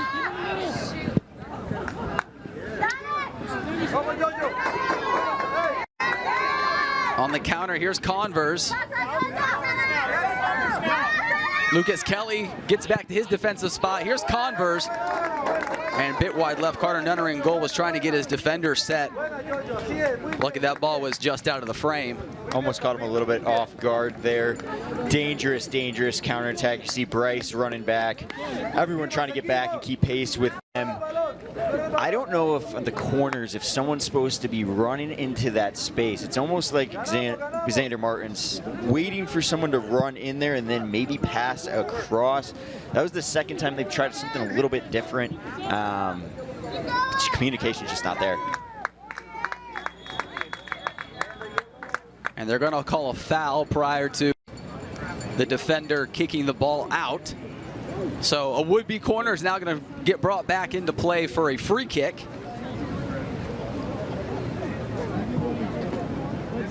Throughout the season, Charlotte's worked diligently on these set pieces, creating scoring chances more often, more frequently, and doing so from these set pieces is critical.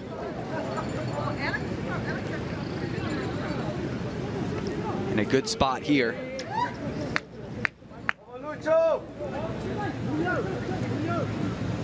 And Xander Martin will take it. Bit of a crowd in the box. Inter Miami gets to it. And so many players from Charlotte playing forward. Inter Miami has a run out. But Bryce retreats. Here's Pedro Fife going against Zhang and Swinehart. Bryce runs an awful lot in the game. I mean, it seems like he's just up and down the pitch.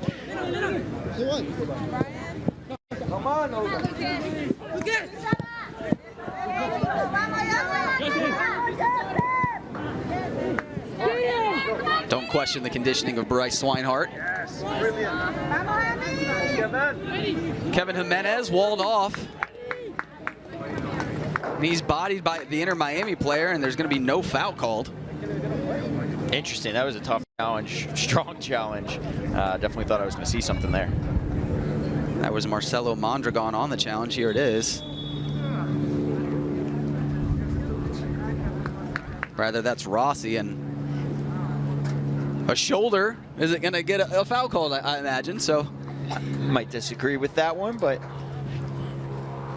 as we take another hydration break, the second hydration break on the game, making sure everybody stays healthy in the Florida heat.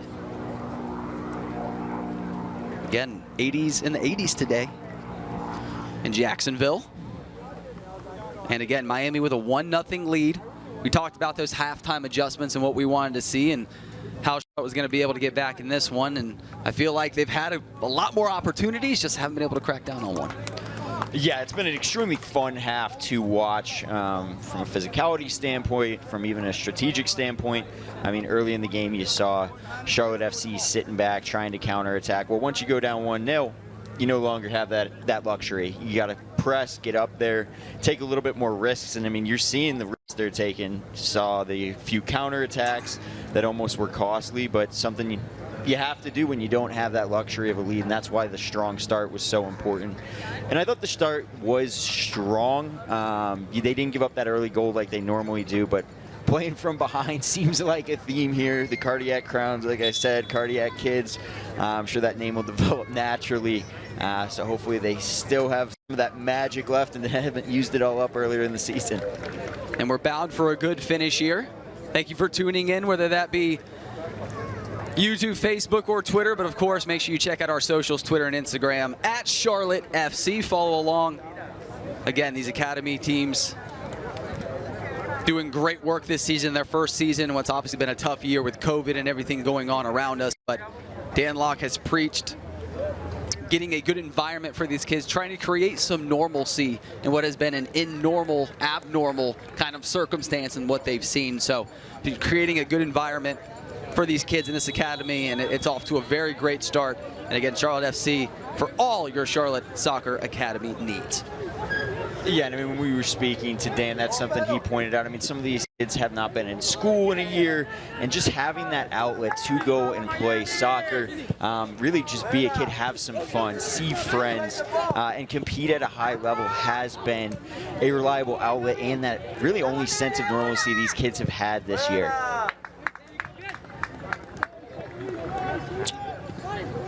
Xander Martin's day is done. You see 42 Brian Romero, the yellow cleats, trotting into the box. He has come into the game. Also one of the trialist players, I believe, for Charlotte today, number 45, R.A. Miller, stands at the top of the box. And really looking forward to seeing Romero play today. He's only 14 years old, so he's one of those kids that of the 4 under 15s going to be in the program for a long time. And it's going to be interesting to see how his development plays out. And another one of the trialist players. There's 2 on hand for the U17s today. Number 22 as well, Lorenzo Marine. So 2 trialist players getting their first look. See how they fit in with this club. And again, it's ever important to get the opportunity to get a look and see for future opportunities with the academy. So big spot for both of these kids today as Dan Locke and company get a look at some of the new faces on the team. Yeah, what a great opportunity for both trialists. I mean, recruitment has been a huge part of this youth academy. If you are talented, we will be out there doing discovery camps, recruitment, and if you are identified, you do get that trialist opportunity. Come be a part of the team for a week, see how you fit in, and these kids are going to try to take the most of this opportunity. Sam Sari's day is done as well. So a couple of rookies in for some of the vets, I'd call it.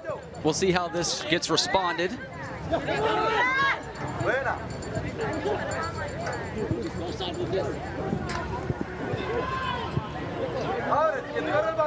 Keep playing the ball. Keep playing the ball.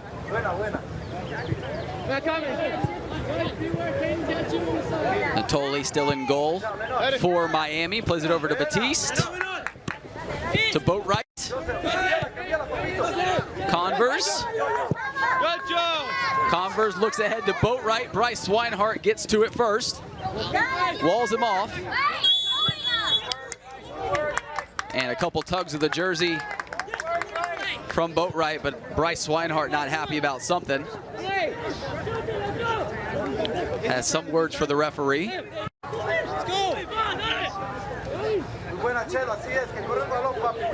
Possibly saying that that's been happening more times this game than maybe the ref has called. Bryce definitely has a point in there. It's been chippy, been physical the second half.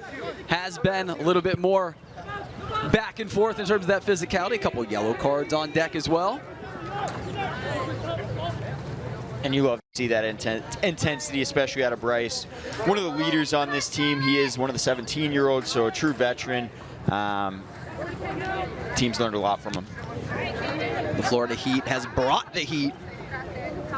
Cranked up the intensity a bit in this game. R.A. Miller. Brian Romero.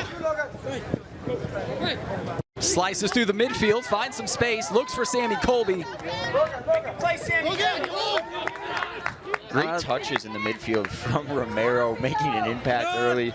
A little bit off for the through ball. Lucas Kelly comes up from his position. Looking for pressure is Charlotte, trying to create a turnover.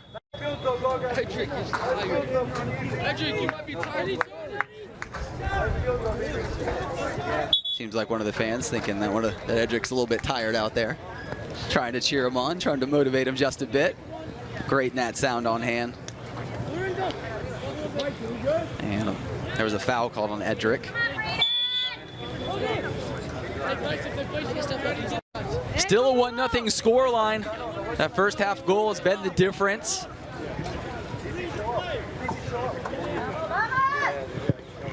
Braden Keenan comes in for Charlotte. He's going to replace Sammy Colby.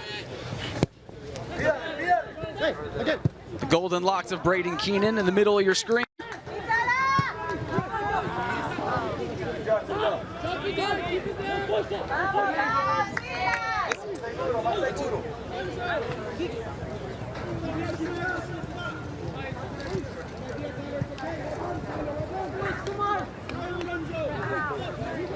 Handful of goals on the season for Braden Keenan.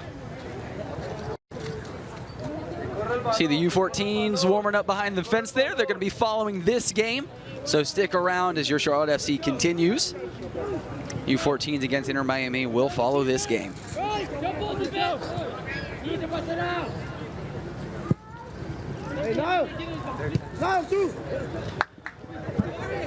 This one not over yet. Still some things to sort out as we're in the 77th minute.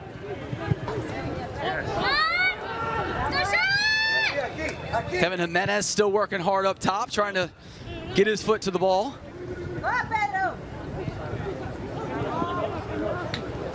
On the counter attack, Nicholas Amaya. Rossi looking for his teammate. Here's Mondragon. Batiste. But right.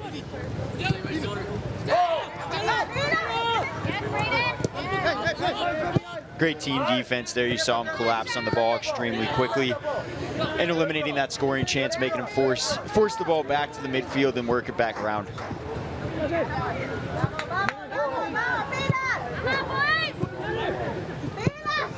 Brian Romero running hard as a substitution.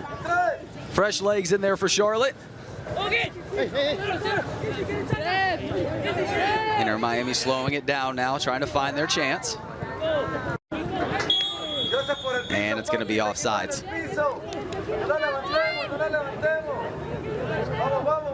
Charlotte keeping their line very well, that compactness, not giving Inter Miami many chances, many holes to find on that backside.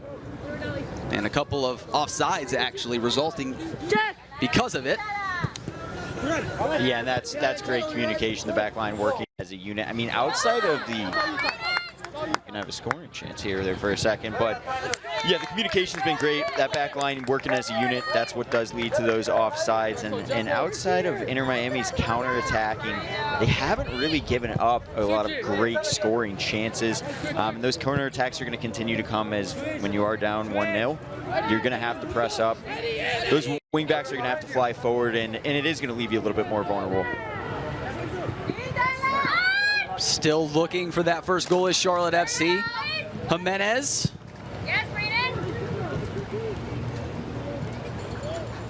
It's going to be a throw-in for Inter Miami, but you see Charlotte bringing their lines much further forward. More susceptible to counterattacks that way. They need a goal. And you've seen them creating many more chances this half because of it. And the substitutions have been a big part of that, trying to create those chances. Still a ways to go in this game as we're slowly creeping to the 80th minute.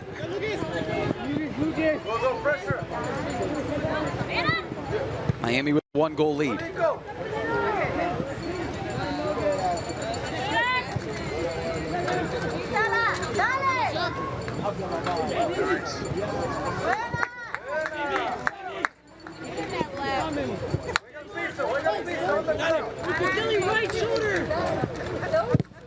Braden Keenan.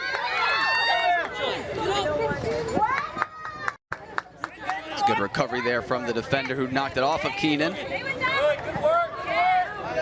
Romero getting in there, playing physical. And as we've seen all afternoon, another foul called. He's facing back. Don't foul him. We haven't really seen the refs just kind of let him play. Almost every moment you can, it's kind of been a foul called. So some of the pace of this game have slowed because of it. And looks like Nicholas Amaya's day is done for Inter Miami. I mean, between the substitutions and fouls, probably going to see some extra time here, a little bit more than probably normal. And with 10 minutes to go in the match, really just go all out. Is the last match of this campaign until the spring-summer season starts.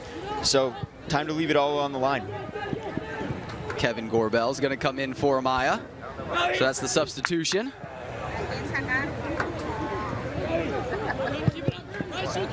And if we know the Charlotte FC team, they leave it out on the line every time they play.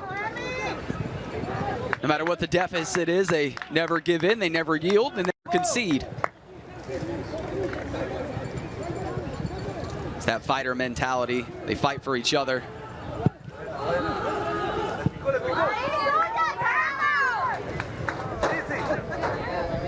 Niall Waugh. Here's Boatwright. And Brian Romero comes up from his forward spot, gets the ball back.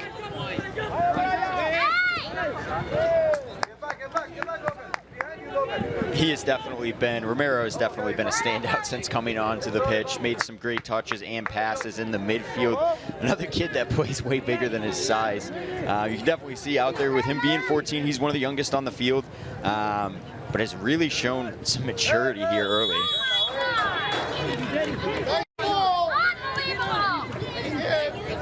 And another foul. This one goes against Bryce Swinehart.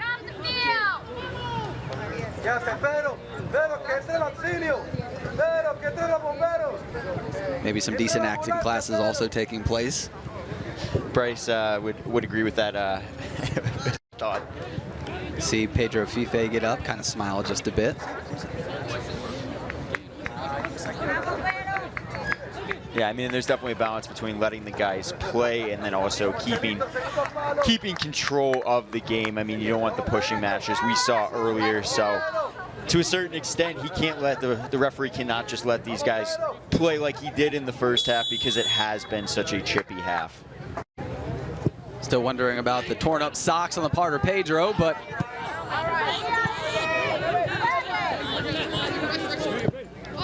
soccer's not all about a fashion statement, I suppose. I would say that's the way they're cut seems almost like intentional. I mean, maybe he does want a little bit more aerodynamic in his socks. I'm not sure. Maybe keeps them cooler in the Florida heat. Yeah, allows some ventilation. Definitely needed today with it being so warm out.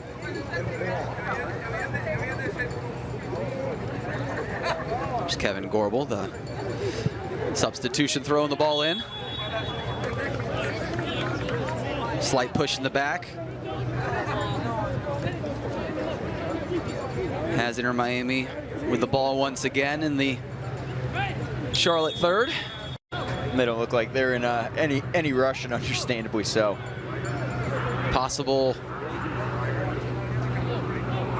medical needed for Caden Taylor.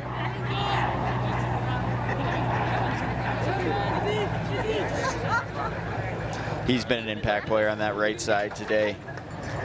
Noticed as soon as he come in, must have gotten hit in the nose. Looks like a little blood there, so he's going to be sent off.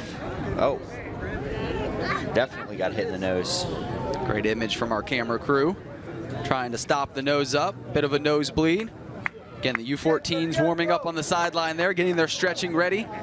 As the U14s will take on the U14s from Inter Miami shortly following the conclusion of this one here. Another look at possibly what happened to Taylor. Oh, it looks like he just took a forearm or elbow right to the nose. That never feels good. Hopefully get it back on the pitch here shortly. Velez playing the ball in for Miami. Driven low and driven away from the box. Here's Jimenez trying to get past Rossi, can't do so. Good play though from Edric Zhang. Romero with a nice little touch. And he and Keenan trying to connect far. And Brian Romero can't make a run to it. But you saw the build-up. Romero just couldn't make a run. Passed a bit too long from Keenan. Yeah, and again, Romero with just a nice little flare pass. Almost led to a great scoring opportunity. Cross went. The through ball went a little bit over his head, but he's going to be a player to watch for coming seasons for Charlotte FC. No foul, no foul. No foul, boys. Good. Hey. Come on, Aria. Eddie. Keep going, Izzy. Looks like Caden Taylor still off, so Charlotte down to 10 men. Still getting attended to on that sideline.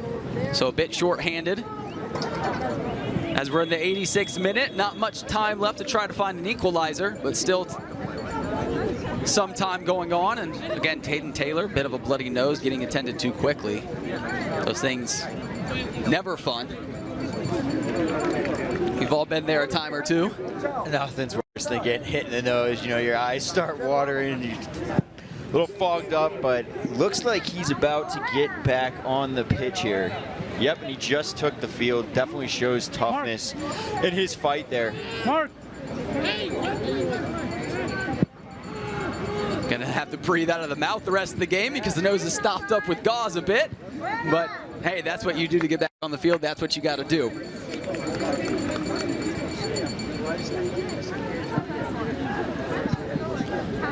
And he is one of those trialists, so definitely wants to make the most of his opportunity. So whether he's taking elbows through the nose, says, I want to be on the field, coach, and show you what I can do. Here's Kevin Jimenez looking for space. Defense walled him off. Not many chinks in the defensive armor. Charlotte's been pestered a bit all game, a little flustered, frustrated, trying to find a way to get behind that Miami defense. Yeah, and Inter Miami's going to be really happy with their team defense there. Today, haven't given up those good scoring chances basically at all. I mean, been tested once or twice, but if they can continue it out for the last 3 minutes of this game, I think the manager's going to be pretty happy with the performance.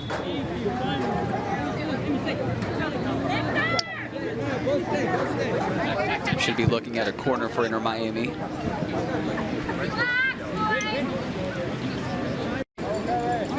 Time drifting away on Charlotte's hopes of finding a tying goal. But because of some of the extracurriculars here in the second half, a couple of different stoppages, we definitely going to have more stoppage time from the first half.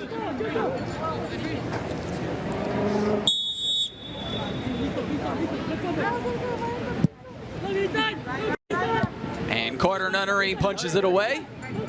Bryce Swinehart gets his to his feet, looking for the counterattack. Plays it long to Jimenez. Jimenez looking for his teammate in the middle. That was Braden Keenan. Couldn't get it over to him. Keenan was open. That was an exciting build-up, and all started with the Nunnery punch in the back that got it up, started that counterattack. Thought we were going to have a real opportunity there. Meyer did a great job in recovery, breaking that one up.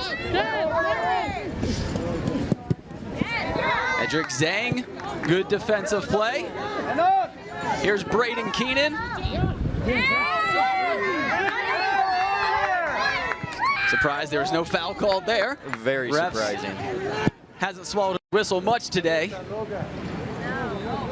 And that ball played too far is going to result in a goal kick. And going back to that Nunnery punch that started that counterattack, you were speaking with Dan Locke on Friday. Goalkeeping has definitely been one of the areas that has been most improved through the season. Brian Edwards, our goalie coach, has done a great job with both the U17s and U14s throughout this campaign. Improvement every game, improvement throughout the season is what you're looking for in this academy. Just trying to improve, trying to be better, take what the coaches give you in direction and just apply that to the game situations. And he's been very happy, as you mentioned, Dan Locke has, with how both the U17s and U14 goalkeepers have taken that in stride. We're looking at about 5 minutes of stoppage time. So Miami not out of the woods yet. Braden Keenan on the corner.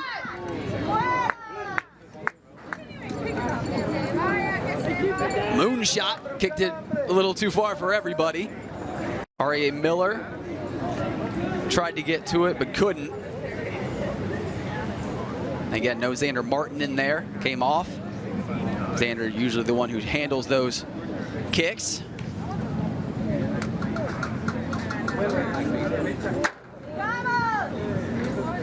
I think set pieces will be something they work a little bit more on in training in the coming weeks. Like to be a little bit more crisp on the ball. And they had two good corner chances. One that fell to Bryce, had a shot that went a little wide, but you really got to make the most of those set piece opportunities. They are freebie for grade A scoring chances, and you really want to take advantage of them. Jack Rodelli tried to hit the ball into the box. It was played off a defender, and before it could go out of bounds for a corner, Natoli, the goalkeeper, got to it.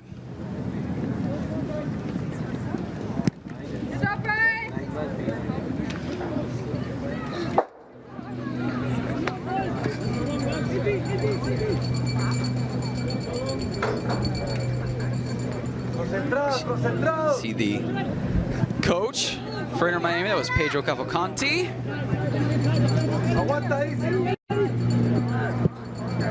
Been with Inter Miami since they began this academy a few years back.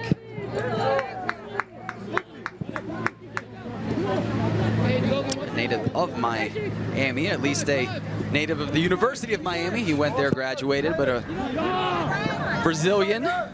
Been all over the world coaching. Brian Romeo couldn't get to it, and I believe it was also offsides. You can see the coaching style and how that's been affected and how that's been instilled with Inter Miami and how they play. Again, those world travels and coming from different parts of the globe, coaching all over the globe. Definitely has the academy for Inter Miami on the right direction. There's Pedro. Most recently in Europe with AS Roma.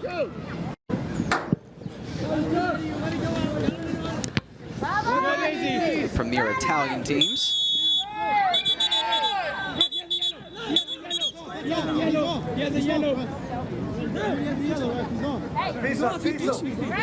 Bryce says he was pushed, and Bryce not one to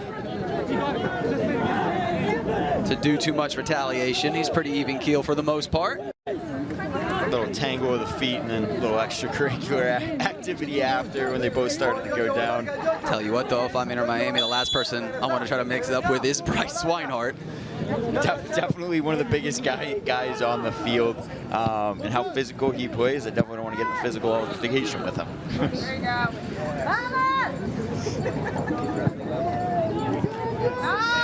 Taylor finds Marine, looking in for Bryce Swinehart in the box, plays it over, and there it is, Braden Keenan with the equalizer in stoppage time. They always seem to have that magic at the end of the game. Cardiac crowd kind of stayed consistent theme here. What a build-up, what a goal, just in time. Oh, and look at the energy from the crowd, from his teammates. Braden Keenan, and a good setup from Lorenzo Marine. Here's Bryce looking for his options, and Braden Keenan. He always seems to make a play when he comes on in the second half, and he made a big one here to tie the game at 1. And what a team goal, what composure. Didn't rush it, took his time, found the right corner, class, composure. 1-1, way to go, boys. And the energy. One more look at it. Bryce with a good decision to play it to Braden Keenan. And he was excited about that one. And after all that, it looks like that's going to be the ball game. Buzzer beater. And a buzzer beater indeed. After all of that, Miami led the whole way once that goal came the 31st minute. And a yellow card given at the end of the game. A little bit of extracurricular from Marcelo Mondragon, but what a way for Charlotte to battle all the way back to tie this game in the final moments of this one. Never say die is definitely this team's motto. Never quit. Seemed like it was over, played it all the way out to the final whistle and were rewarded. And what a great way to end the campaign, just on a high note of coming back and finishing with this draw. There's Braden Keenan, the goal scorer. Duncan Wilson excited for him. Not sure of the handshake there. I'd love to see what that's about. And what a way to finish. Sometimes it's not how you start, it's how you finish. And let's take a look at it one more time and all the reactions with it. Hugs around for Braden Keenan. Bryce gets it to it. And as soon as that ball hit the back of the net, Braden was running for the flag. I love the celebration as well. Love it. Acknowledging Bryce, this great pass. You can tell these boys just love playing with each other and having a great time out there. You can see the teammates running from the sideline in the frame. Braden Keenan excited. And we saw how it ended. Let's see how we built up to it. Let's get to the match highlights.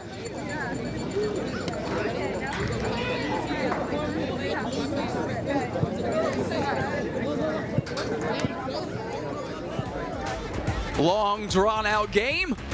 How did we get here to this 1-1 draw? Started with a couple scoring chances for Charlotte, just could never quite find their foot to it. And then here's the goal. Israel Boatwright, the 31st minute, gave Inter Miami the lead.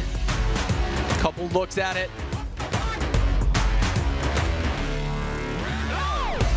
More looks for Charlotte. Just could never find it. Right before the half, here was Bryce Swinehart looking for Duncan Wilson. The defense, good all game. 4 corners in the second half. A couple good opportunities, but never could find the back of the net. Sandra Martin looking for Bryce Swinehart a couple times. And of course, here it is. The equalizer in stoppage time. Bryce Swinehart involved, Braden Keenan the recipient. And they're excited for it. What a fun one this was. It got a little chippy in the second half, and Charlotte was able to tie it. So Braden Keenan ends up being the hero for Charlotte. A 1-1 draw for the U17s. And don't forget, coming up next, we have the U14s, and we're excited for that one as well. Stick around. We'll be back.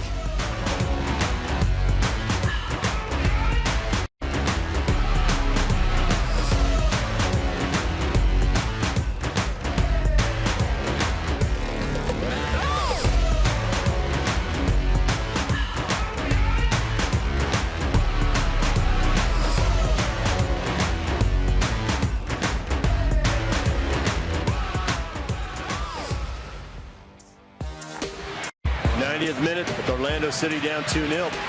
Ball sent into Laren, and yes, he gets the touch and the redirect, and he scores. And Orlando City pulls back a goal here in the 4th minute of stoppage time. What a goal scorer's touch for that young man. Just 20 years of age, 17 goals, as you said, last season. Ball over the top. They're trying to get a second goal. They're trying to equalize. A good shot and a goal. Unbelievably, Orlando City, 2 quick goals in stoppage time. And it's bedlam at the Citrus Bowl. It's 2-2. And that is it. The last kick of the game, they've leveled. Referees blowing the whistle. Last kick of the game.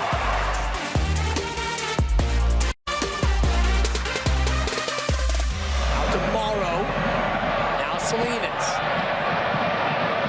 Cuts it to the right foot. Cross. Gordon. Shot. Scores! And we've got ourselves a ball game. Thrown into the area. Oh, there it is! Shea Salinas has scored! Goal! Shea Salinas picked up the loose ball, and he's equalized. We're tied at 2. Chavez serves it up to John and goes free to Shea Salinas. Leaves it. Jordan. Chip. Let's go! That's unbelievable! Alan Gordon! Alan Gordon! Gordon! Gordon! Gordon! Alan Gordon! Alan Gordon mobbed by teammates in front of the Ultras. San Jose has scored back-to-back goals. Unbelievable. Ship battling hearts. Right left. Jobin immediately to Bruin. Flicks it out. And there it is. And can this be the start of something? Is everybody running back to the other side? That early goal from Will Bruin has really rejuvenated this Sounders team and given them a sense of hope and brought the crowd into the match. Jones flicks it in, back post. It's Brad Evans. 3-2 DC in the 62nd. Ball comes in. Oh! completely enraptured as the Sounders fight back from 3-0 down to equalize, and with plenty of time to find a winner. Roldan gets around his man. Still Roldan falls into back to the net. Christian Roldan takes the Sounders to a 4-3 lead, and DC United has no idea what's hit them. Amazing second half. 4 goals in 27 minutes.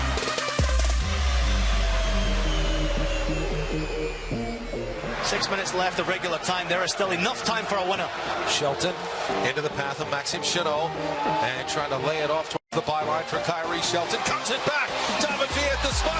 Lampard! Frank Lampard puts New York City in front 2-1. Unbelievable. He writes his own story, and somehow I get the feeling the story is not over yet. And Boucher on the corner kick, going for the far post, not it down and in. And a great equalizer for DC United when you think they're dead and buried and out of this game. Shelton trying to use his speed. Can he get around Luke Michu? Plays into the box. Lampard over to the left foot. Lampard! 3-2 New York City. It does not get any better than what we are witnessing tonight. It is what dreams are made of. The spirit and determination is alive in New York City in the name of Frank Lampard. Simply stunning. What a goal and what a game.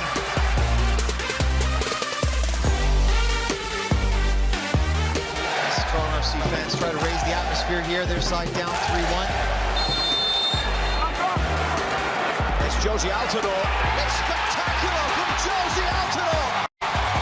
Toronto FC have life.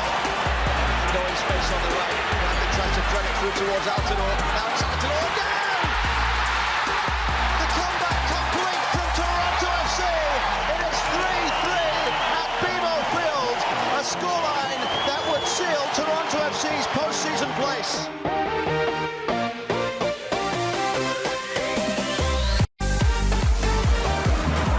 Good ball by Kleston to find Felipe to the right foot. What a finish! Felipe curls it. And the Red Bulls right back in it. Felipe and Kleston both preparing. It is Felipe. It is spectacular. 4-3 New York. Unbelievable. Unbelievable. And the New York Red Bulls come all the way back. Unreal.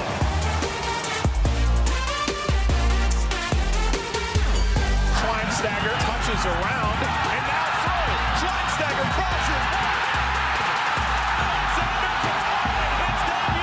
You got to play like Schweinsteiger. He's going to pull some magic to get you back into this match. 2-2.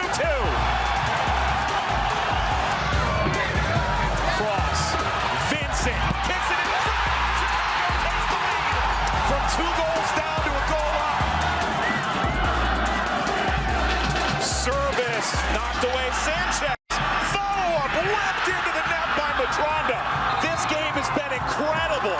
It's 3-3.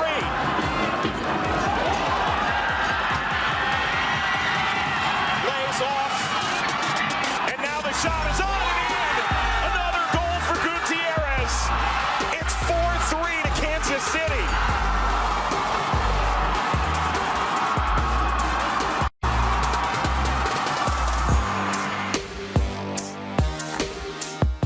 Good turn there by Patrick Diaco. Baruch, De Segares, Corsini. Back to the goal. Sebastian does it again. Burch breaks it up and right back on it. Here's Baruch twisting and turning in the box. Gonzalo Segares. Chavez. They do it. Miraculous comeback. And the Fire trying to steal one tonight inside RFK.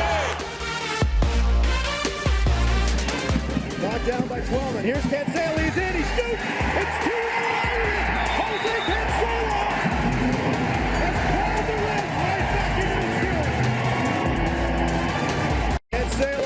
Over the head of the the Revolution are back on level terms. Smith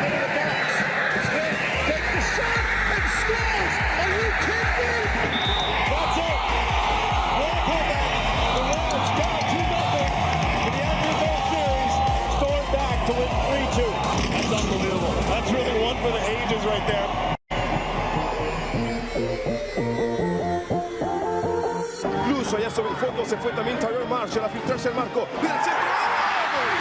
¡Gol! ¡Gol de los terremotos! A corta distancia el equipo de casa. Atención con ese gol. Está adelantado, no sale Juan. Sale lo último. ¿Quién le va a rematar? ¡Gol! ¡Gol de los terremotos! ¡Gol del equipo de San José! Un poquito de actuación también por la parte de Monuni.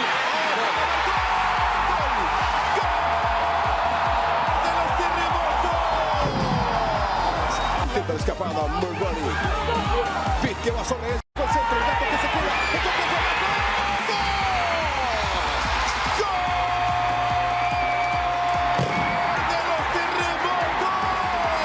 Cansados los jugadores del Galaxy porque han tenido que perseguir.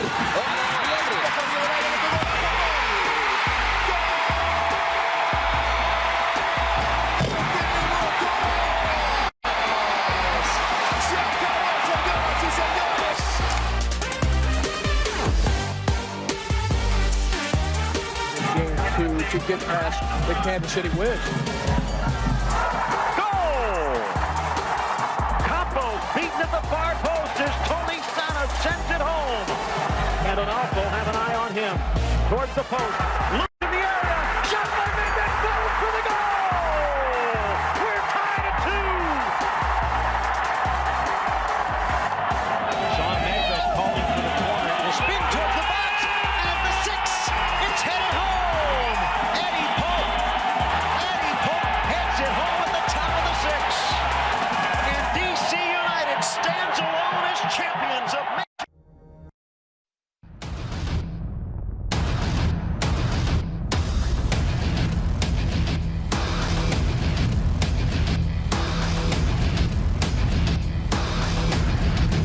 And as we've caught our breath from that wonderful finish from the U17s, where Charlotte was able to equalize right at the end in stoppage time to get that game to a 1-1 draw. We are now at the U14s. Ryan Connigan next to me.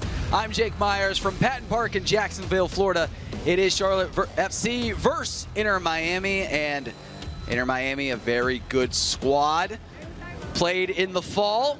Bit of a lopsided victory in favor of Inter Miami, but we're going to see how those improvements have been made over the course of the year to get to where we are now. And as we get set and these teams take the field, let's go ahead and take a look at our starting lineups first for Inter Miami.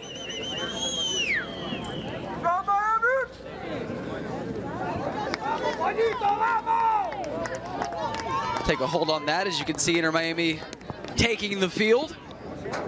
Some of their U14s are going to be very highly skilled individual players. Again, been in the academy a couple years with each other. And here's the look at the starting lineup. And the one note to look at here, the one guy to keep an eye on is going to be Justin Ellis, the leading goal scorer. 36 goals in only 25 games for the U14s. That's quite the efficient rate there. That is unheard of. He is definitely going to be a player that the Charlotte backline is going to have to keep an eye on, because, I mean, even just looking at numbers alone, he scores more than 1 goal a game. It is unheard of. And trying to slow down Justin Ellis, we're going to take a look at the Charlotte FC starting lineup as, again, as we get this game underway. Ethan Andrews going to be the goalkeeper. Kind of a similar starting lineup we've seen, of course, Nemfasha Berchimas. The effervescent Anthony Pena, the leading goal scorer. Derek Powell manning that back line with Emmanuel Livingston and company. So it should be a fun one here from Patton Park. U14s, Inter Miami, and Charlotte FC. You see number 7, that's Nianjo. He's down, but playing continues for Skaben with the ball. There's Derek Powell getting it away. See Nianjo walking back. There he is. James seems to be okay.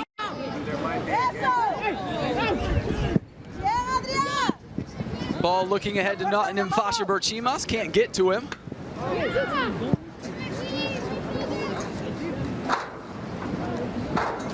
what I'm most excited to see here today is just see how far this U14 Charlotte FC team has come along. As we mentioned, that first game was the first basically game of their campaign. A lot of these guys never played a team of Inter Miami's quality, so it was a little bit lopsided, but it is a great gauge to see how far this team has come along.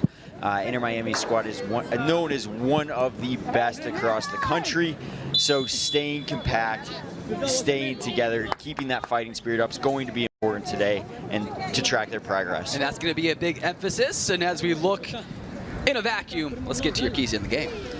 Absolutely. So pressing structure is going to be a big key to this game, forcing them to the wide areas, controlling the middle of the park. Second key to the game, compactness. Kind of goes back to controlling the middle of the park as well, forcing them out wide. They're so dangerous. We know striker Ellis is going to be a factor, so making sure he does not get easy and scoring opportunities, and the transition to the attack, securing the ball and changing it into scoring opportunities. There's going to be times in this game where Inter Miami does control the ball and play. However, the Charlotte defense needs to take control and be ready to strike back quickly when they do have the opportunity to get the ball back and possess it. And the U17s were up for the task in the defensive zone. They played a very good, compact, collective defensive game last time out. U14s, we'll see if that translates to the pitch in this one. Couple of decent scoring chances right out of the gate for Charlotte, just not able to capitalize. Anthony Pena, just a minute ago, had an opportunity. Here's Renteria, couldn't get the ball for Charlotte. Camden Donoski going with Skaben here. Skaben gets it ahead to Ellis. Ellis plays it across. Bustamante, and in the far post. Inter Miami can get to it. Dangerous chance there. You see the ball sent in with pace, back post, and just a little bit off. Very close to being a goal there. That was Diego Mello who got his foot to it. Hey, what's the ball?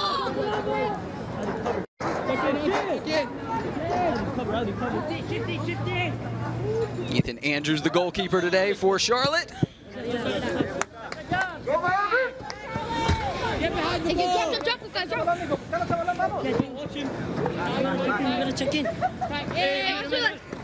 Here's Camden Donoski.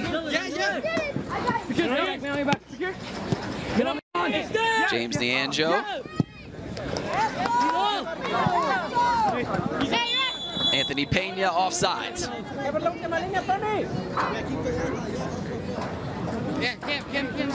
Hey, reset the phone! Right shoulder.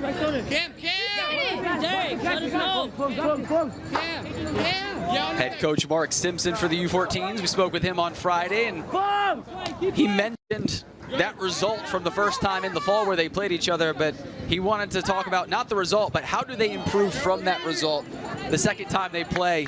What does that look like? Are they really emphasizing and really taking in stride what they're learning each and every week in training? And we saw the U17s take that to heart in the first game. U14s trying to translate that here. Ethan Andrews with a good punch out. And that's the point of the academy, again, as part of MLS Next, trying to create those homegrown players, trying to create an identity, a culture within your academy structure. And again, within the first season of this team, it looks like they're well on their way to that and trying to get these kids just to be in the right mindset each and every week. Yeah, absolutely. And I mean, with the U15 team opening up, right now we have a U14 and a U17 next year. We will have 3 different levels, so we will be adding a U15 team. That's 20 extra players. These guys are playing to get to the next level, so they want to develop individually as well as a team. But that is a great opportunity for 20 new players to be a part of this great academy and continue their growth, and as they want to develop into whether it's professional soccer players, collegiate athletes, but play at this high level with top level coaches. You saw the scoring chance for Inter Miami. The punch by Ethan Andrews. Brian Edwards, the goalkeeping coach, definitely teaching the punch. Seems like every goalkeeper within the academy is very fluent and able to do that. Very decisive with it. Not easy to do either.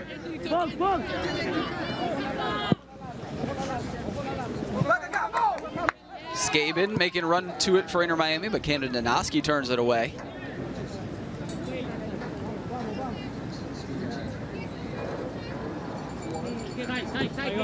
And something I've noticed even just meeting with all the different coaching staff, U14, U17, is you can see how tight they are. And if you want to build a culture, you want to build a great youth academy, it starts at the top with Dan Locke, Mark Simpson, because their messages gets instilled to the players. You can tell how closely they work together and how they are on the same page, which is great to see and great to know we are in good hands. Goes all the way up with Mark Nichols, the technical director as well. And you know, both Dan Locke and Mark Simpson spoke to us talking about this is arguably one of the best staffs they've ever been with, and just the synergy and the way that they all work with each other. The communication from top to bottom has been outstanding, and the way they've been able to put this academy together over the course of the past year or so.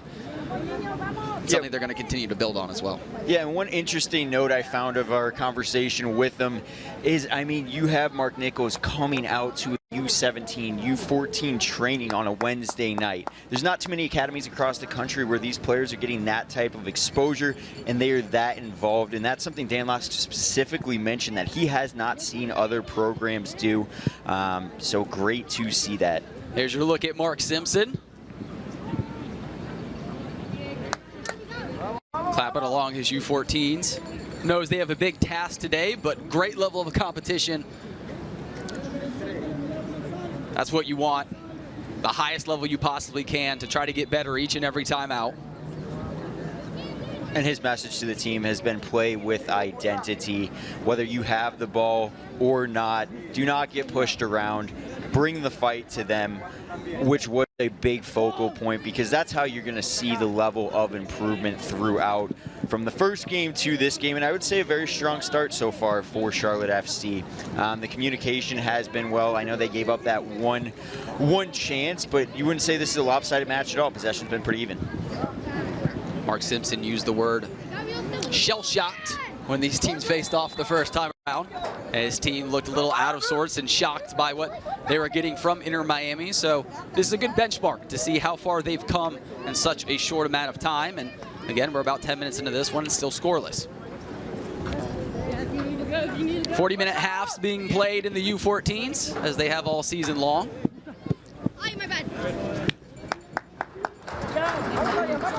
And you see early they're doing a great job of forcing them out to the wings, causing that turnover right there, controlling the middle of the park.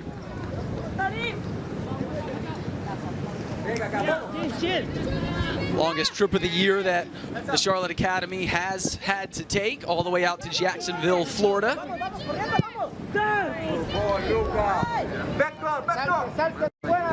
Good little bus ride all the way down to Jacksonville, requiring an overnight stay. Only one they've had this season. Again, they were in Beckley, West Virginia the last time we talked to you. About a 3.5-hour bus ride or so from the Charlotte area to that one. Emmanuel Livingston.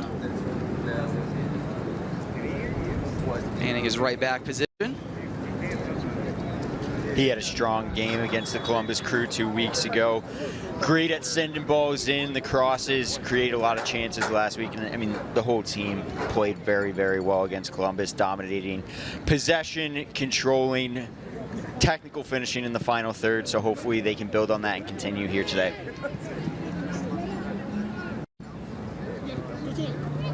James DeAngelo switched it over to Camden Donoski.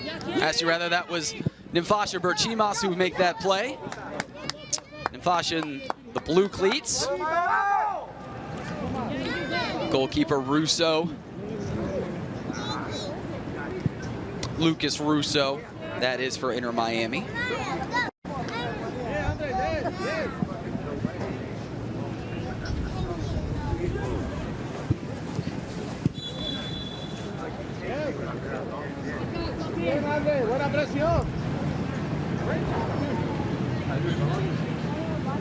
Here's Andre Sama.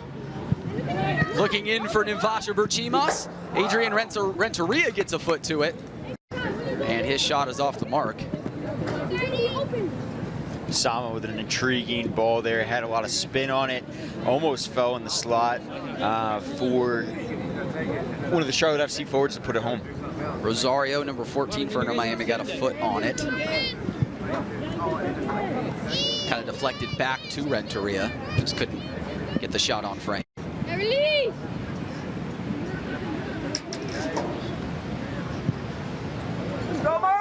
You gotta love the response, how they've come out. We saw the U17s kind of come off to a sluggish start, and Mark Simpson wanted to see some great player team identity, just kind of that energy all the way around. And we've seen that, quite frankly, from the U14s and how they've started this game.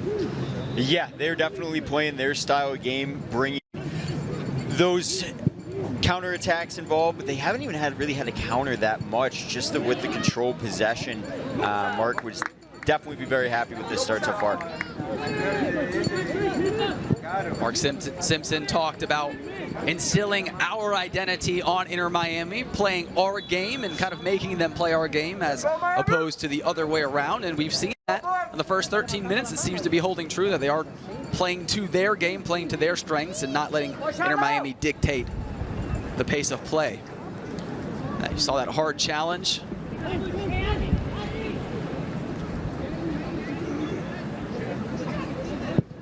Tough slide from Inter Miami. Emmanuel Livingston tries to give it to Ninfasha Berchimas. Ninfasha gets it back. Looking for someone to give it to. There's Kong Mong Vu. James D'Angelo. Derek Powell.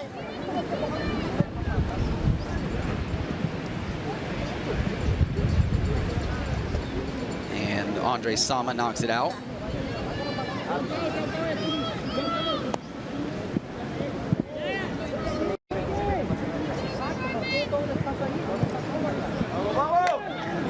An 8-1 disparity was the goal score, was the stat line back in the fall.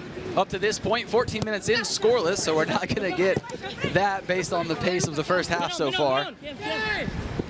Be quite a torrid pace to reach that result again. Yeah, and Mark wanted them to come in with that mentality. Yeah, we did get beat 8-1, but where do we stand now? And so far, it looks like the development of this team as a whole is night and day, essentially, from that first game. And I think shell-shocked was a great word to describe that first game. I mean, many of these kids have never played at the level, or kids these talented, of Inter Miami. Wonderful Miami football, as Mark called it. So as they progress, now this is not so shell-shocking. This is kind of the more norm. They know each other. They know their playing styles, which has led to a great opening 15 minutes. I don't think you could have drawn it up any better from a Charlotte FC perspective. And the best competition brings out the best in your players. Up for the task.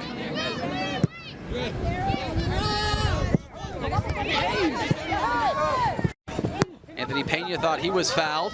Ninfasha Berchimas, a one-man wrecking crew down the near side. Anthony Pena slowed down, and Ninfasha Berchimas kicked it into third gear. Ninfasha is one of those guys that's just so much fun to watch. Creates a lot of chances from the wing or striker position. The connection between him. Here's Bustamante. And as I was saying, the connection between him, Pena, and Renteria is really, really fun to watch.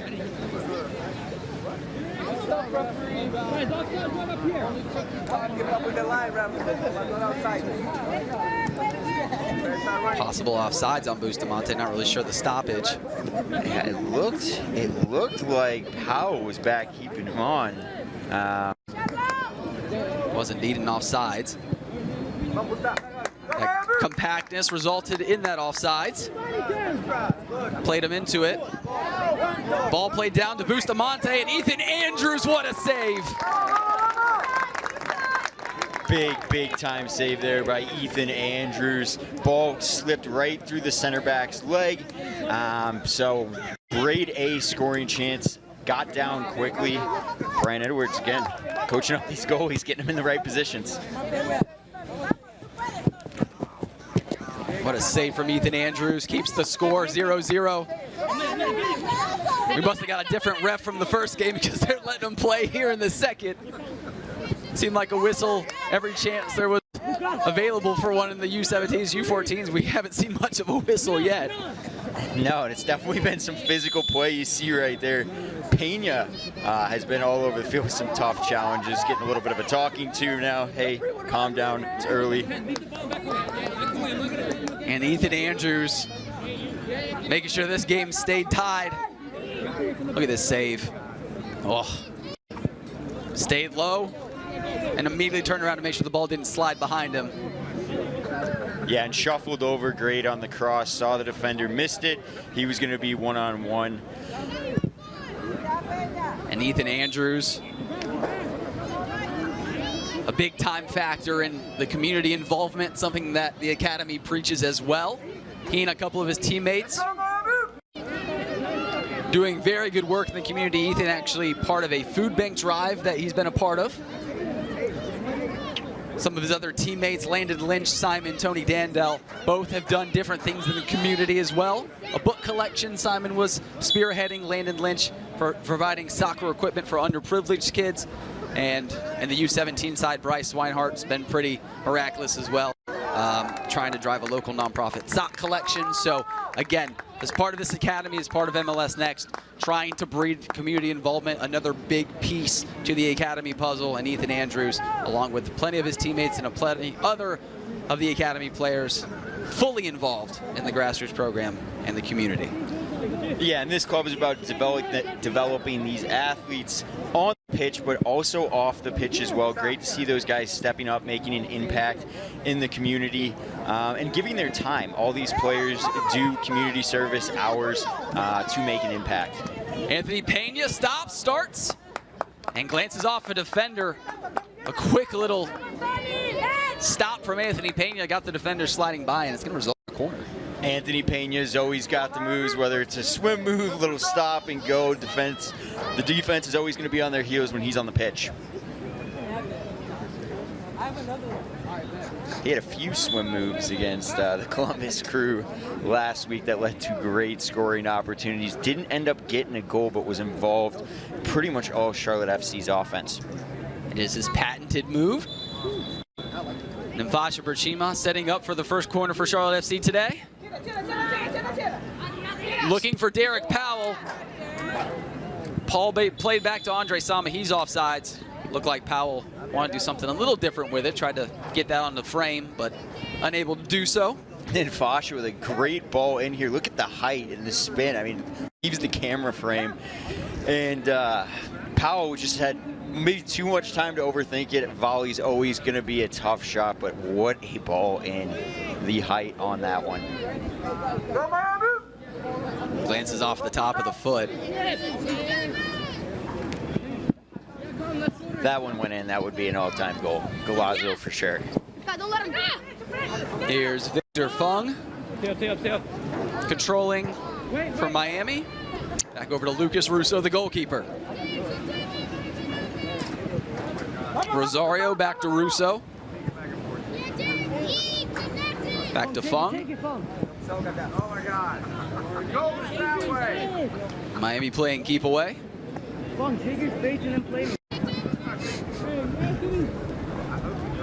And Charlotte FC is just really controlling this game so far. The middle of the field is compact. They have nowhere to go, making them play out of the back and hopefully force them to make a mistake. Eric Powell put his hands on the back of the Miami player, so it'll give them a free kick, and we do have a different referee for this game.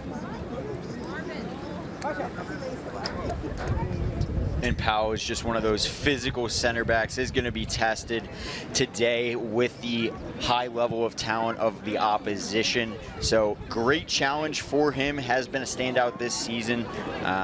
Great opportunity for him.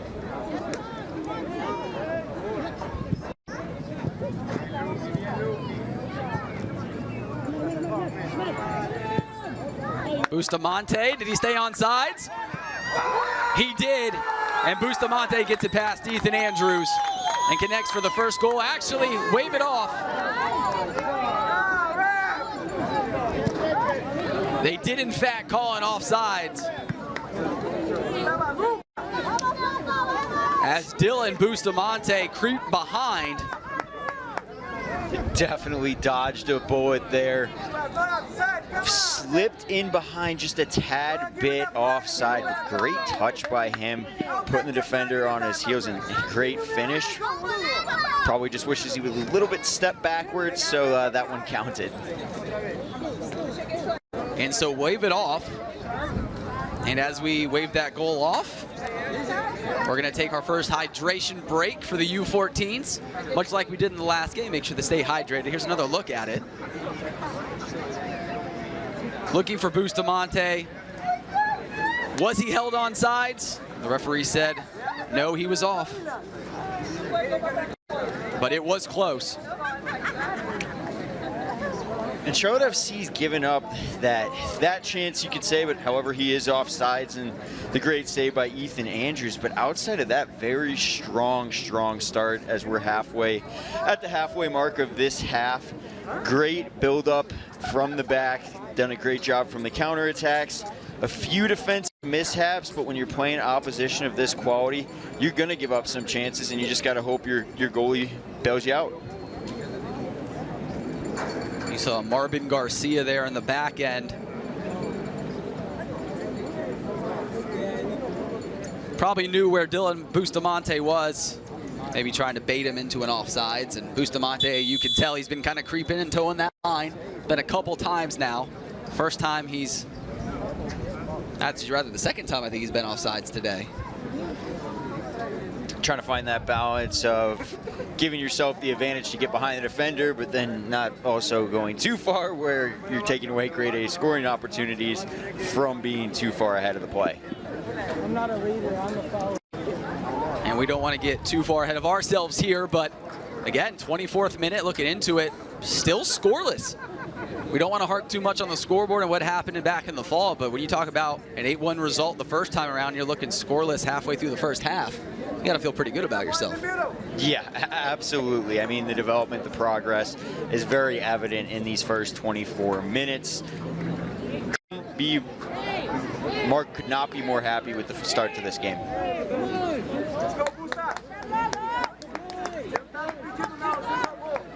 Mark Simpson and Dan Locke both gracious enough to give us their time this week to get more into their squads and what they've been working on and how they see things up to this point in the academy season. It's been fun. Thank you again for joining us as we've been able to do this.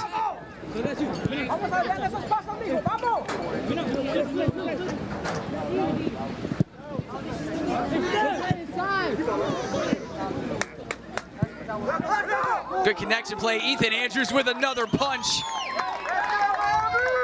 What could you say about Ethan Andrews? He's always where he needs to be. Second great save of the game by Ethan Andrews. Gets up there, punches it over the net. Always challenging, especially with the height of that ball and his size, but he's got some hops on him, gets up there and avoids disaster. And Justin Ellis tried to take advantage of him just a bit, tried to flick it over the top of him, but Ethan Andrews wasn't going to allow it. Trying to get the ball out, can't clear it as of yet. And off the post. And second chance is going to result in the goal for Inter Miami.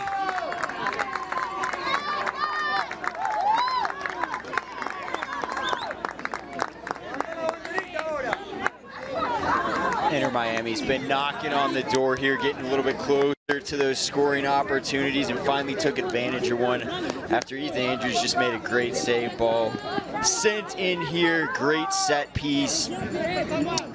Tried to clear it out, but unfortunately came right back to him, sends it across. Bangs it off the post here first. Thought he got out of disaster, but unfortunately bounces right to the Inter Miami forward. He hears it home. Yeah, Santiago Morales is the one who tried to play it in and set that up, and that was, I believe, Ahmed Yacob on the backside of that, getting the goal for Inter Miami here in the 26th minute. And now it's all about how do you respond. You've given up that first goal after a great 25 minutes, not letting essentially, Inter Miami run away with it, don't get down, bounce back, still play your style because your first 25 minutes were so great.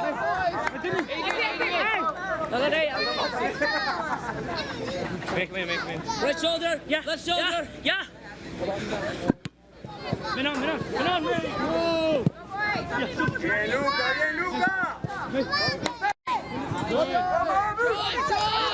Nemfasha Berchimas looking for Anthony Pena. Walled off by the Miami defense. Skaven to Bustamante.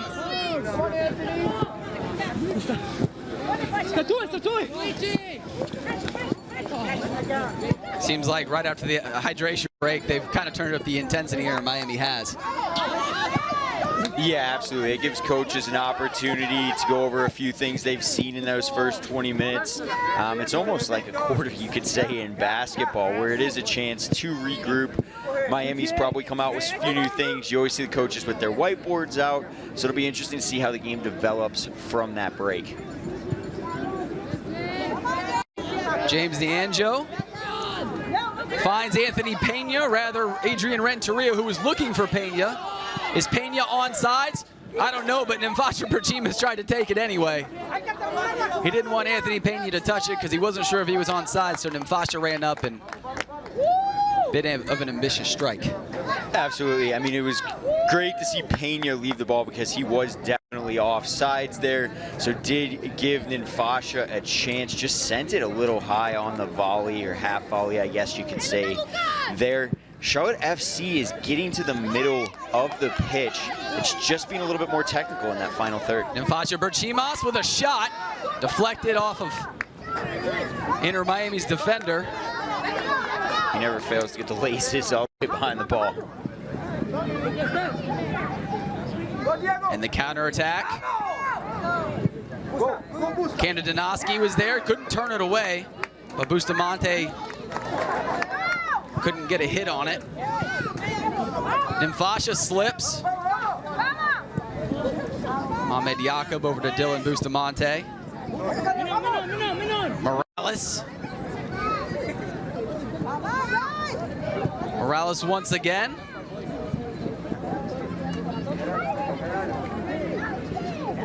Here's Alonso. Alonso plays it in. Bustamante over to Skaben. And just a bit wide. But you see that build up from Inter Miami and their technicality in the attack. Yeah, you can see they have great chemistry, work the ball around very well. And kind of going back to my keys to the game earlier, it's staying in control, staying compact, because Miami is going to control the ball for certain periods of the game. And it's not losing your cool, running out of position, getting disorganized, but keeping your cool, staying in control, because control is more than just when you have the ball. It's also when you're defending and how you're positioned.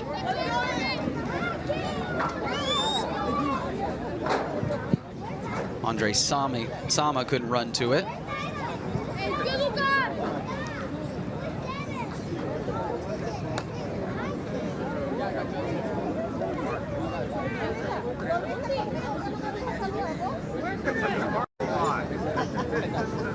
Ball sent all the way into the parking lot. Gonna have to retrieve that before we send this back into play. Rather, got a different ball.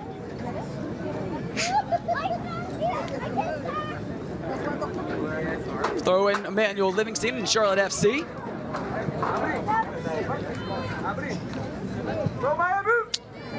Goalkeeper Russo. Great team press there, causing the turnover. Keeping their lines high.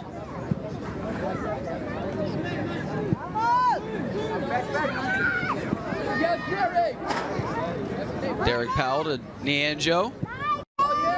Fong Mong Vu. Here's Adrian Renteria trying to get past the last man. Collided with the defender, and they're going to give it a goal kick. That was Renteria and Gabriel Alonso battling. Good touch off his chest there, flying in, making great runs. A little bit of a tackle at the end, but he is definitely one of the most exciting players to watch. Him on the ball and the passes he's able to make. Great one-on-one ability. Very creative is Adrian Renteria. Here's Skaven. Skaven makes a run through, looking for his teammate Justin Ellis. Ellis can't quite get to it. Tried to slip it through, just a bit too far.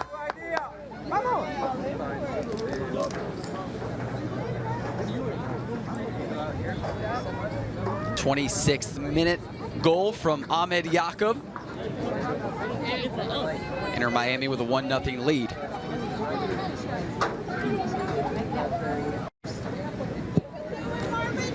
And outside of that long shot that Ethan punched over the net, haven't heard too much of Ellis. That Charlotte backline's definitely keeping an eye on him, and so far done a pretty good job.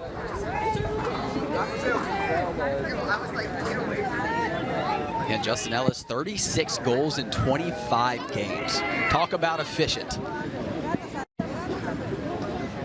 Definitely knows how to find the back of the net, and it's going to be interesting to see his development as the years go on. You never know if maybe he will be one of those homegrown talents, especially with the numbers he's putting up. You continue to do that, you are going to be noticed. Marvin Garcia and Derek Powell. Rest of the back line doing a good job of knowing and marking Justin Ellis, knowing where he is at all times. Because on top of his his goal scoring ability, he has the ability to find his teammates as well.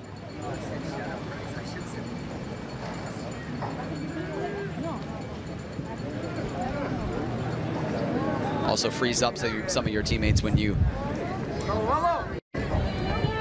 know that guy on the other end is a goal scoring machine.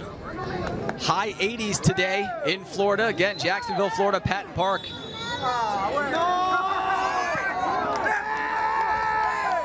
See a little frustration from Inter Miami there, sending the ball over to the corner. Could bring out a card, and actually does bring out a card there. That's Derek Powell in there. Strong challenge by Powell. He is such a physical presence back there. Hey, and causing Inter Miami to take a yellow there just from his hard work, hustle, and physicality. Diego Mello receives that yellow.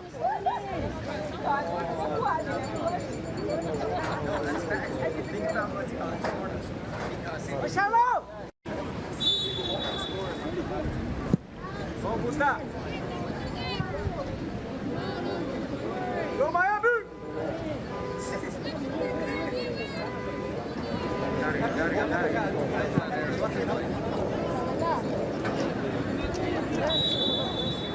Thought the ball might have been kept in there, and it wasn't. Let's go Miami! But it will be a throw-in for Inter Miami.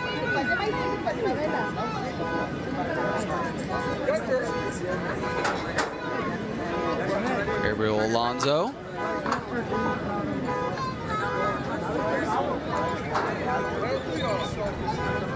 Again, just keeping them wide, controlling the middle of the pitch, causing those turnovers.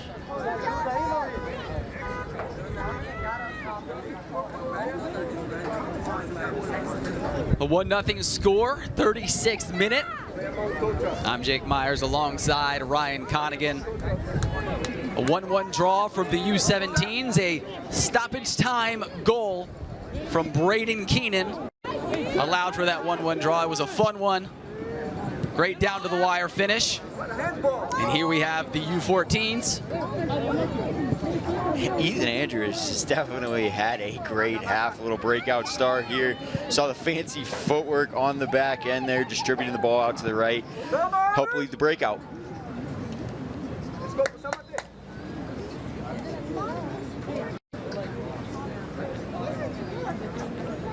We've seen some pretty miraculous saves from Ethan Andrews over the course of this season. I believe it was the Atlanta game of 3 or so weeks ago where he had about 4 incredible saves back to back to back, it seemed like. They just kept on coming in waves. There's Pedro Cavalcanti, the Brazilian head coach.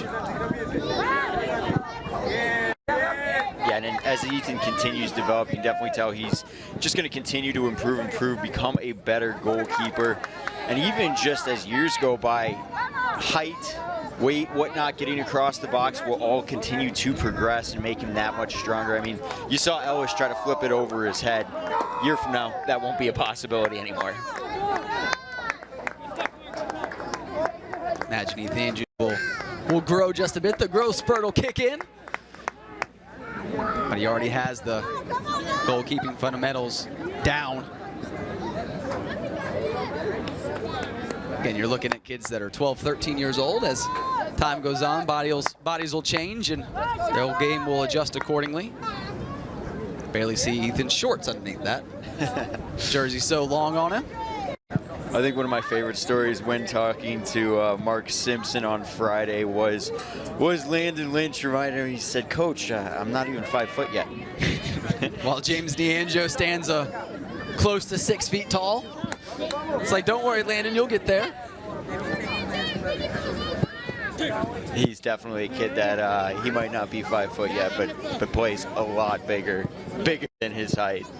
Don't call him the Lion-hearted for nothing. Exactly. Jersey will become a bit more snug as the years go by. Fit just a little bit better. Marvin Garcia gets it away.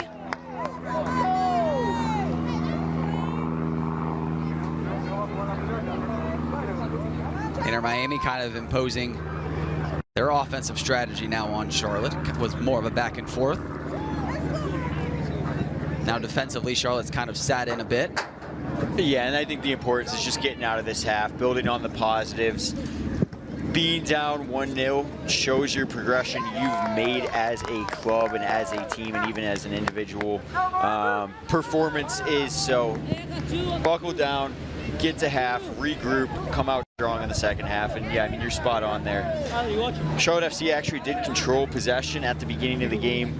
Inter Miami settled in. Maybe they took the Charlotte FC a little bit for granted there. So let's get the half, regroup, come out strong in the second half.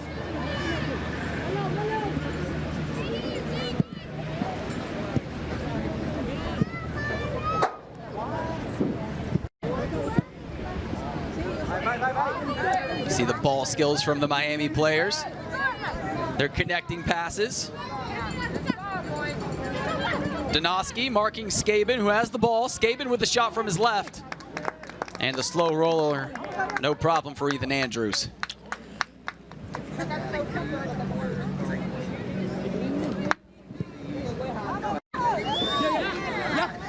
Looking at 40-minute halves in the U14 game, so we're approaching that stoppage time area here.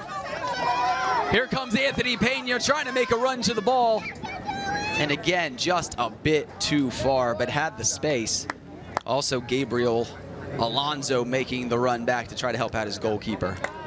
Great run by Pena. Like you said, ball just a little bit too far, but great scoring opportunity as the game goes on. Hopefully they can connect those passes a little bit better, which lead to more goals. And Fasha Berchimas, is Anthony Pena on? He is not.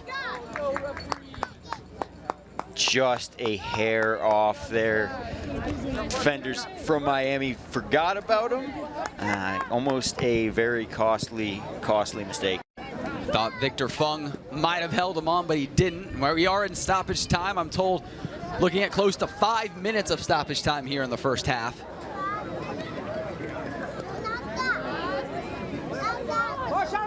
So still time for Charlotte to maybe find a tying goal before we head into the locker room. Love to see some late half magic. Seems to be the theme for Charlotte, to get some late half or late game magic going. Never short of drama. Like to keep us on our toes here.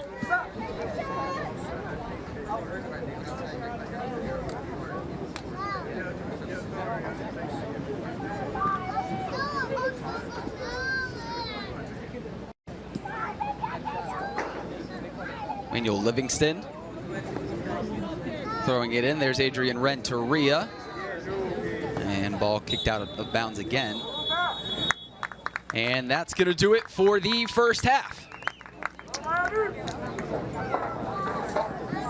Great half by Charlotte FC. Definitely something. They hold their head high going into the locker room, regroup, come out, maybe press a little bit more, create some chances of your own.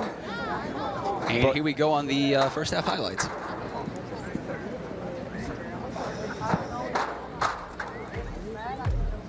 So an 8-1 score from the fall. Definitely gets that wave of goals here in this. Miami chance. Just over the bar. Ethan Andrews was there. And one good chance from Charlotte. Adrian Renteria couldn't get his foot to it. Ethan Andrews with a good save. Able to track it.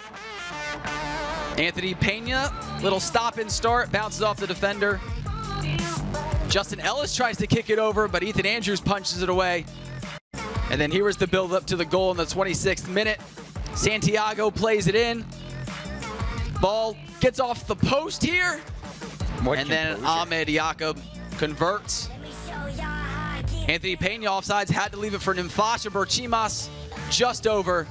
And we're into the halftime locker room. 1-0 Inter Miami with the lead.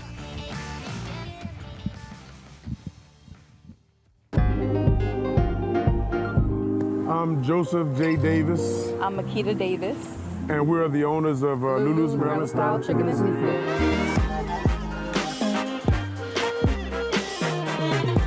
Once we started cooking for each other, it was just like, hey, why not open a restaurant? If they love the food as much as we do, we'll be a hit. It should be good, right?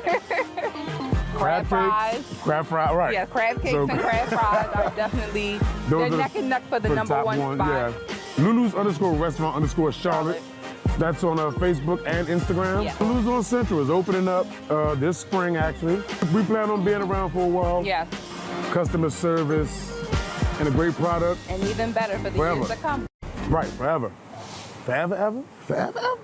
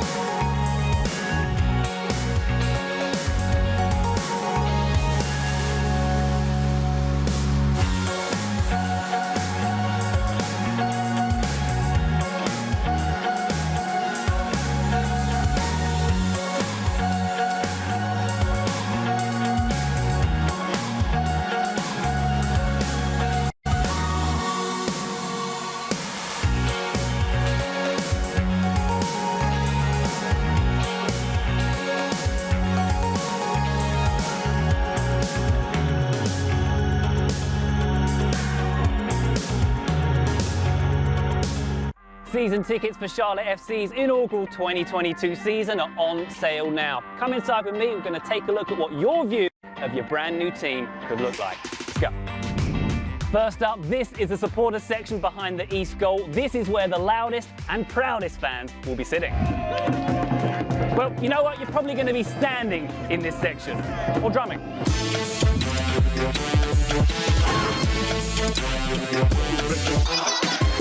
Now, seating is unreserved in this section, which means you'll probably have to get here a little bit early if you want to sit down the front and give your best wishes to the opposing goalkeeper.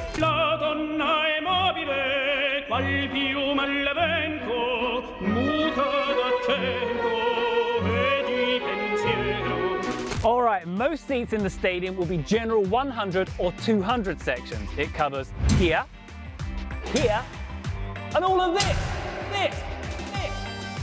Yeah, this is reserved seating. It means you can sit with your friends and family while you're cheering the team on. Oh, you find me in the premium section now. Not only do you get a fantastic view of the game here, you get a preloaded food and beverage credit for every single game and access to the club level lounges. Cheers. So those are your 3 season ticket options, and the seat selection process has begun. Get yourself to charlottefootballclub.com to make sure you're here when the action starts in 2022. If you love the beautiful game and you call the Carolinas home, you belong here. Welcome to the club.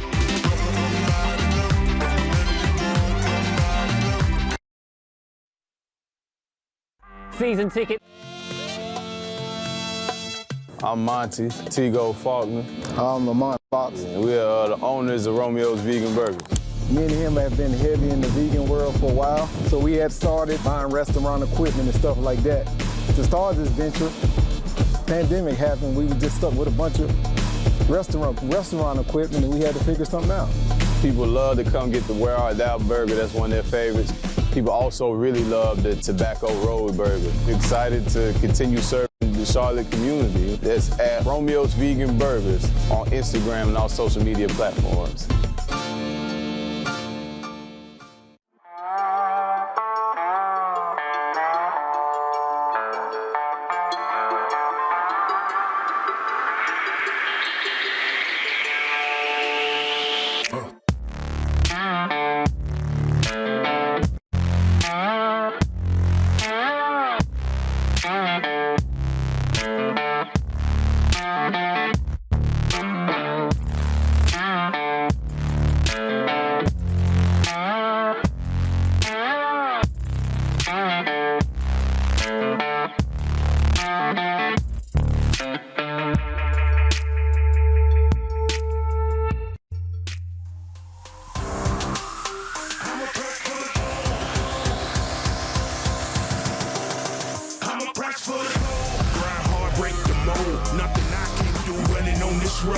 Intensity driven, better tell my foes. No rivaling here could ever make me fold. I'ma push forward through all the sweat and pain. They can talk about the crown, but it's mine to gain. Nobody can best me, yeah, hear me roar. Every workout like it's a battle for war. Hard work wins the game. Here comes the king, watch me reign. I keep my focus, aim for the prize. I'm on a level you can't hang. Hard work wins the game. Here comes the king, watch me reign. I keep my focus, aim for the prize. I'm on a level you can't hang. Sink or swim, I'm a beast within. Step to me, get prepared, let the match begin. I put the work in 3 months ago in the row. No complaining, just training my heart for the goal. Yeah, I feel supreme, turning nightmares to dreams. The fears and the schemes that I use for the team. Let's get ready, better go and just ask around. I'm the new kid in town, about to take this crown. Yeah, I feel supreme, turning nightmares to dreams. The fears and the schemes that I use for the team. Let's get ready, better go and just ask around. I'm the new kid in town, about to take this crown. I'm a press for the gold. Hard work wins the game. Here comes the king, watch me reign. I keep my focus, aim for the prize. I'm on a level you can't hang. Hard work wins the game. Here comes the king, watch me reign. I keep my focus, aim for the prize. I'm on a level you can't hang. Hard work wins the game. Here comes the king, watch me reign. I keep my focus, aim for the prize. I'm on a level you can't hang. Hard work wins the game. Here comes the king, watch me reign.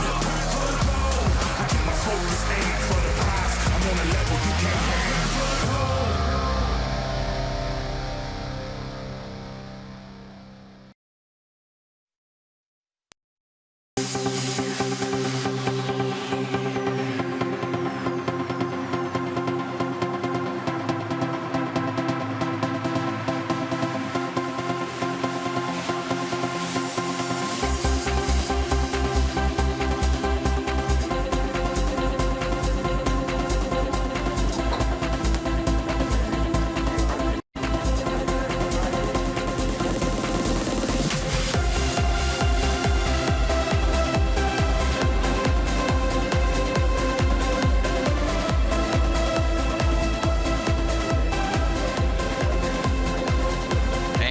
Welcome back inside Patton Park, Jacksonville, Florida. You see the U14s warming up for the second half. Down 1-0, but a good first half it was. Jake Myers alongside Ryan Connigan, and Ryan, seriously, this first half was very, very good. We talked to Mark Simpson. He told us, hey, in the fall, we were not up for the task, and now it seems like they very much are. Yeah, it really shows the maturity of the players and how far they've come. Let's dive into some stats here. So, yes, Inter Miami leads 1-0, but far more important storylines than just that scoreline. Charlotte FC was outshot 6-2. Did thankfully keep a lot of those chances out wide. Corners were 3-1. One did lead to that Miami goal. And then Ethan Andrews, 2 big saves. Charlotte, Miami with 1. And the second half getting ready to get underway. We're going to have substitutions abound.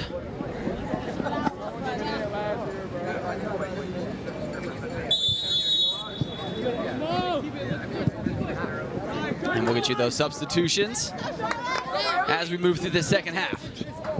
And we are underway. Again, 1-0, Inter Miami up. But again, the scoreline is not indicative of how well Charlotte FC is actually playing.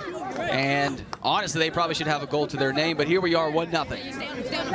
And Inter Miami is one of the best youth academies in the country, been established for a few years now. What we are trying to get to, so the fact of progression from early this season, the 8-1 scoreline, to now 1-0, had possession, had control in the first half, kept them out wide, is just great to see.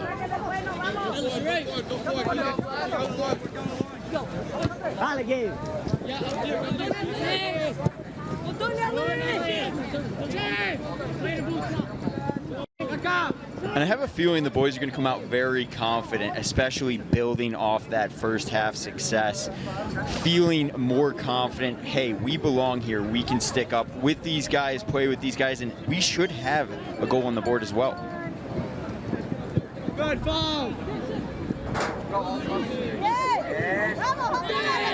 Here comes Inter Miami. That is Skaben. Adrian Renteria giving chase. James DeAngelo. And almost got it to an Inter Miami player for a good look at a goal shot, but great track back from Renteria, came all the way down the pitch to keep him wide, let the defense recover there. You saw the goalkeeper in for your Charlotte FC. That was number 88, one of the new faces. A trialist this week. That is Trey Faticoni. He replaces Ethan Andrews. So first look for the coaching staff to see Faticoni in game action. Again, an opportunity for these kids to get a future chance as a full-time member of the academy teams. There's going to be a couple other trialists surrounding the pitch for Charlotte the rest of this afternoon.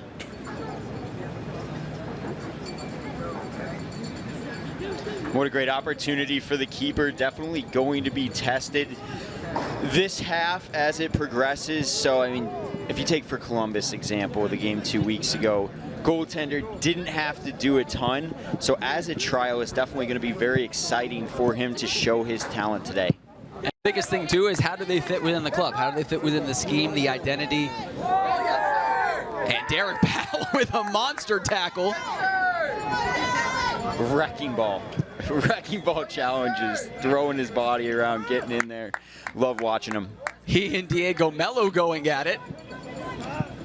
After what we saw in the first game, how there has not been many whistles in this game is kind of beyond me. But a lot of fun free soccer to watch as they're playing more freely. Just letting the kids play. Definitely a better game flow. Exciting to watch. Still physical. We'll see if it gets chippier as the game goes on. It's maybe the heat playing a little factor in that where tempers flare.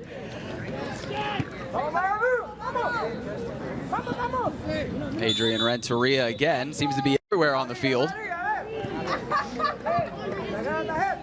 Trying to limit the chippiness of the game.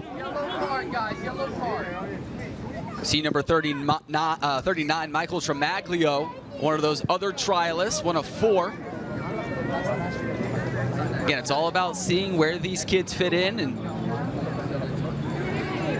Are they going to be a player that the academy brings up? They fit into what they're trying to do. Again, it's all about the opportunity and playing as hard as you can when you get your chance on the field. And it's beyond just even on the pitch, how you carry yourself on the bus, the hotel, training. So it really gives these guys a week-long opportunity.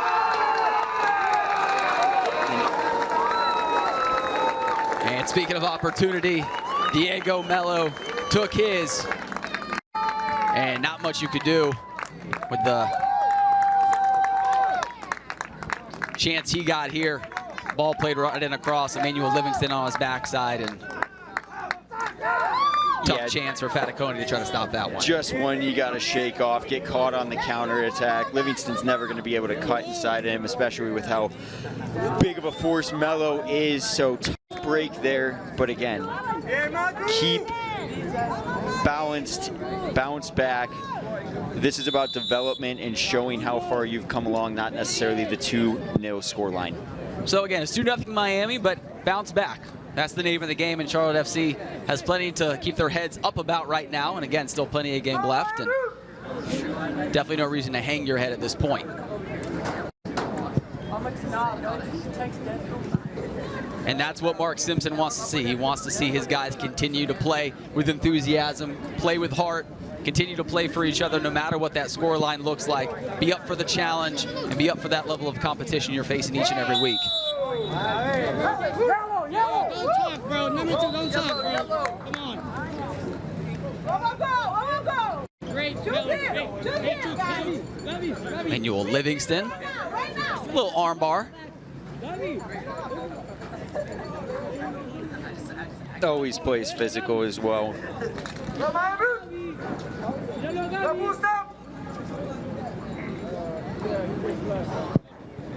Santiago Morales.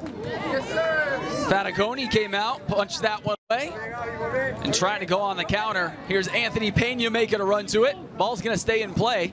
Pena gets to it. Gives it over. Here's Famiglio. Tremaglio. He played it in. Great passing there, using your teammates, providing outlets, and almost an individual effort to put it over the defender's head and lead for a grade A scoring opportunity. And he actually got to one of his other trialist buddies. That was Sergio Garcia, number 18. So Tremaglio doing good work early here in his time in the second half.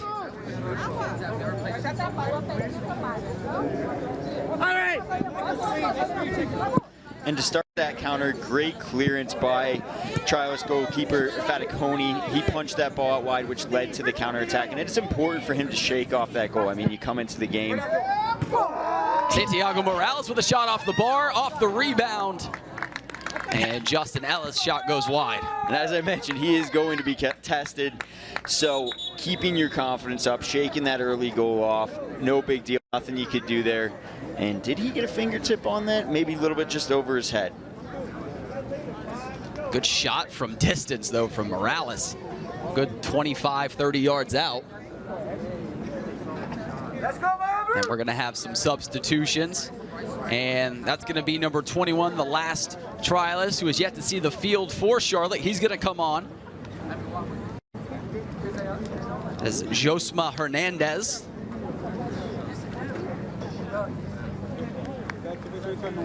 Trying to sort out the substitution cards here.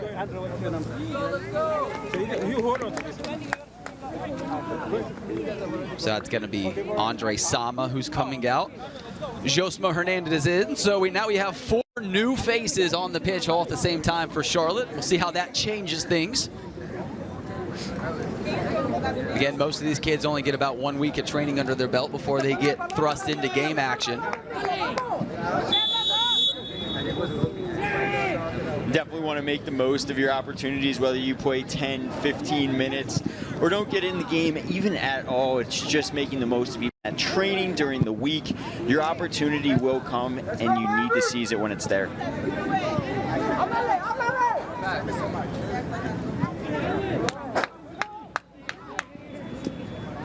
Inter Miami on the counterattack. Justin Ellis plays it forward to Sergio. we're going to try to get these stuff sorted out as well. Come on, Black.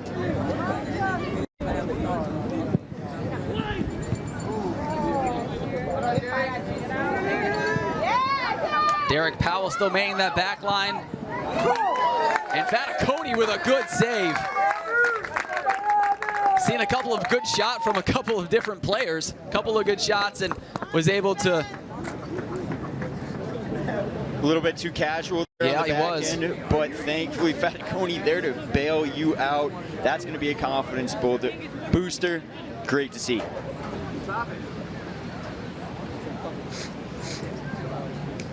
Another corner, though, for Inter Miami.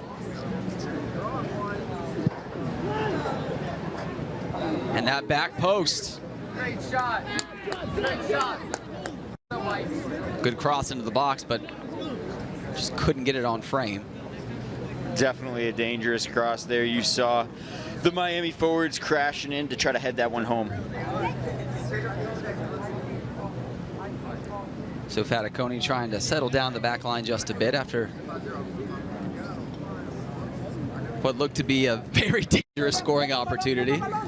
You do not want to give the ball up to Inter Miami there. You were going to pay more times than not.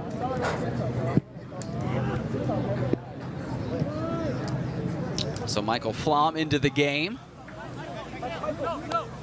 One comes, one goes.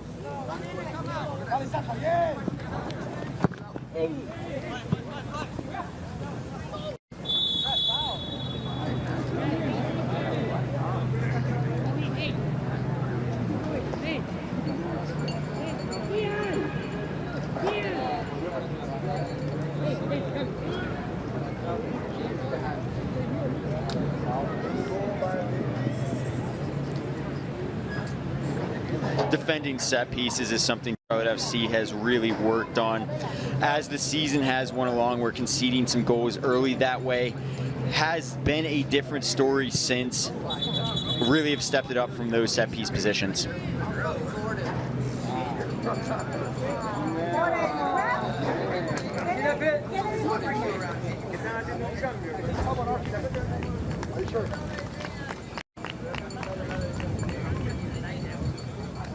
We're going to take a quick reset. Sergio Morales. Excuse me, Santiago Morales.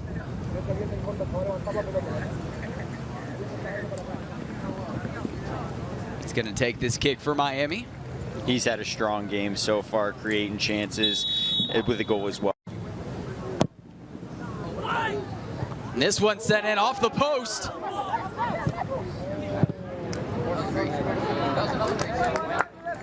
The way he places that ball always seems to be in exactly where it needs to be. His passing ability is something special. They're really seeking out the forward.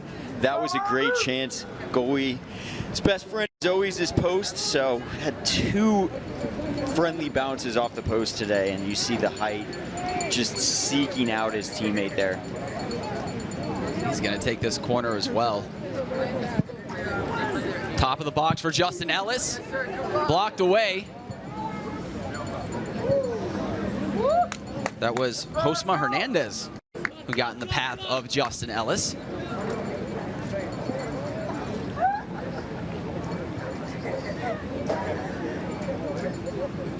Again, you see his crossing ability and set piece ability on full display there. Finds his teammate right at the perfect level to find his foot. Josma doing good work to mitigate. Anthony Pena looking for, I believe that was Sergio, and he couldn't get through it. That was Sergio Garcia. But a good save on the back end from Inter Miami. Good job, Michael. Great through ball, almost catching him out on the counter attack. Want to see more of that, more scoring opportunities, even second chance opportunities. Pass was a little bit off after the great save by Russo. See here, just had enough time to get over there, cut down the angle. Great save by the goalkeeper. That was 21, Josma Hernandez, who was running down the sideline, the recipient of that Anthony Pena pass.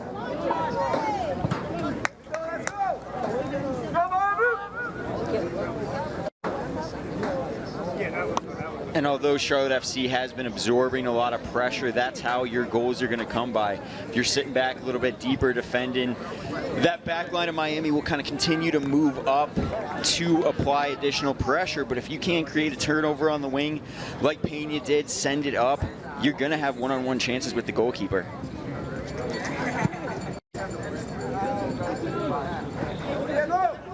There's Josma. And Josma is fouled. Actually, that is Sergio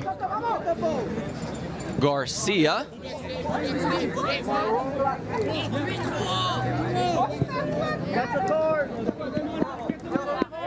So because of that foul, Charlotte's going to get a chance, probably their best chance on a set piece this game. Haven't had many. They have not, and this is why set pieces are so important, especially when you're playing high-level talent. You gotta seize the moment because you're only gonna get so many chances. 21, Josma Hernandez, and then Vasha Berchimas is gonna take this. Vasha looking back post, and Marvin Garcia couldn't get his head to it. But ball was driven in the right spot, just a little out of reach. Yeah, just a little bit too much pace on the ball. You can see here. Didn't miss the head by much, though.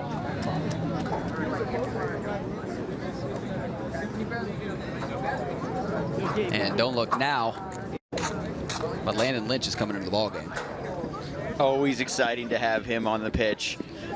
Just a ball of energy down the wing. See if he can make an impact and change the game.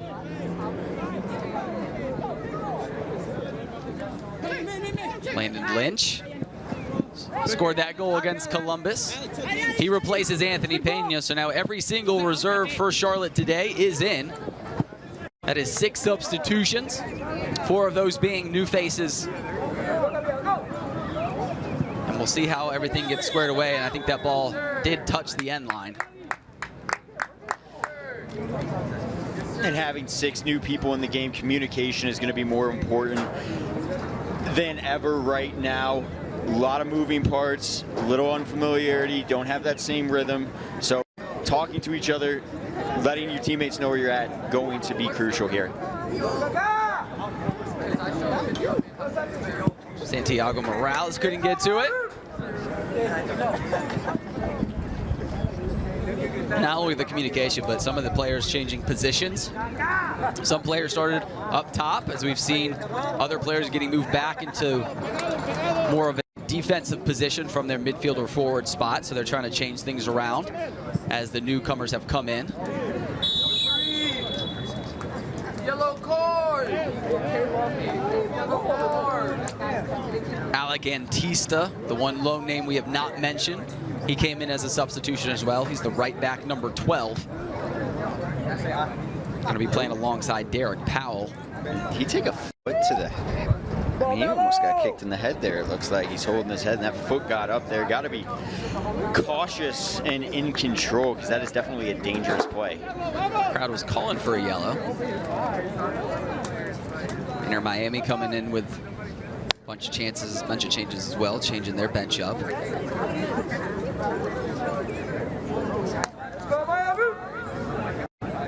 17 is Raul Leyva.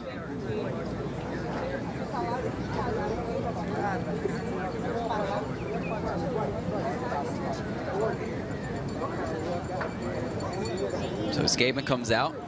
Vittorio Rivalta in. I mentioned Leyva in as well. Both sides pretty much emptying their substitutions out.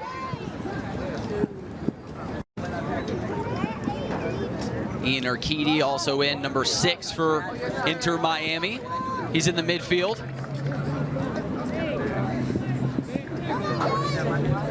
For both teams, this is the last game of this campaign, so these guys are going to be hungry, showing the coaching staff that they have one last time this season, especially with so many spots open for the upcoming year.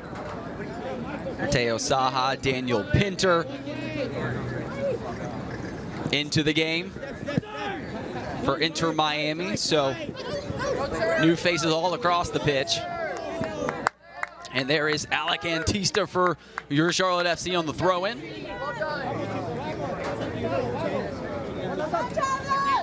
I don't think Charlotte FC minds with Diego Mello being subbed out. He had a great game today. He was a pest on that left side. Also the goal scorer today, the 45th minute. 1 goal in each half for Miami up to this point, as we sit at the 2-0 score line in the 60th minute. Again, looking at 40-minute halves, so closer to the 80-minute mark is where this game will come to a close. Probably looking at one more hydration break in there as well. Make sure everybody stays hydrated. And the Florida Heat, not something to mess with.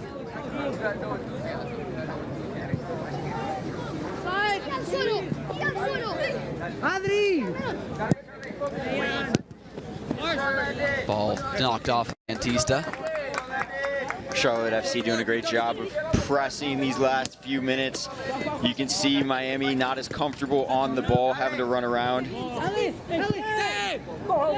And did he stay onside? He is. And closed out from Alec Antista.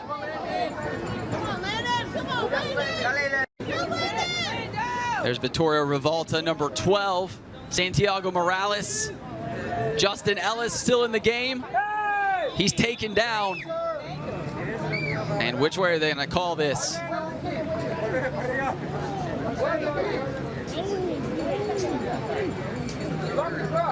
Looks like it's going to go against Charlotte. That was Josma Hernandez.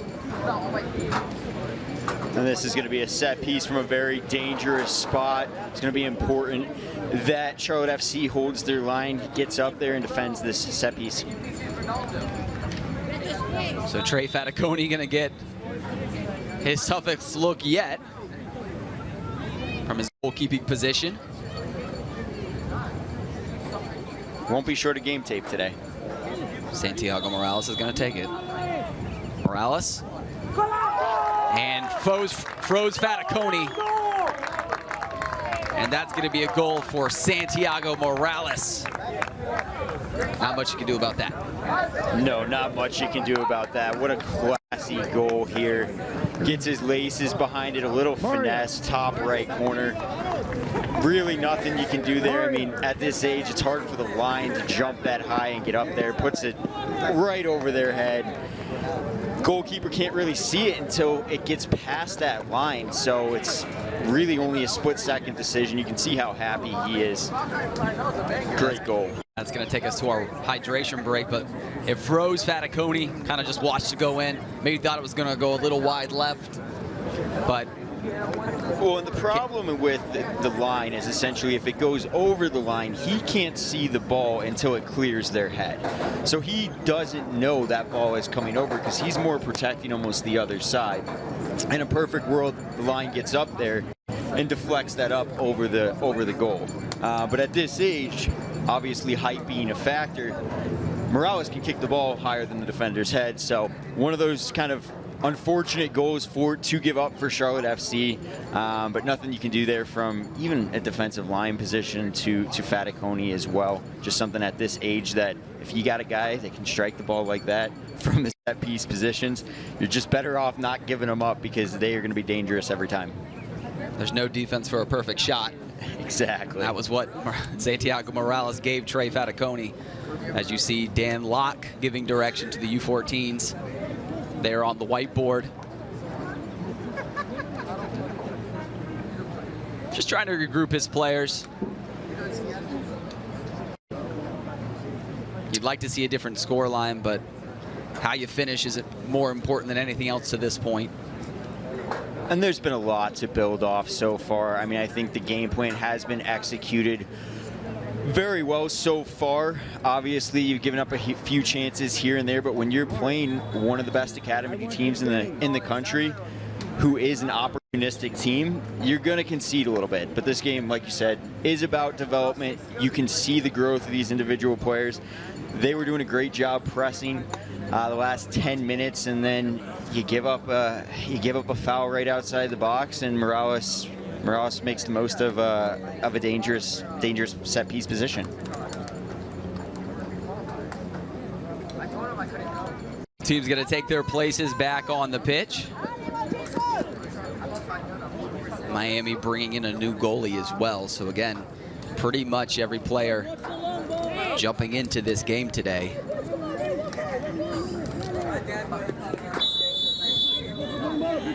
That is Matthias Marin in the goalkeeping spot.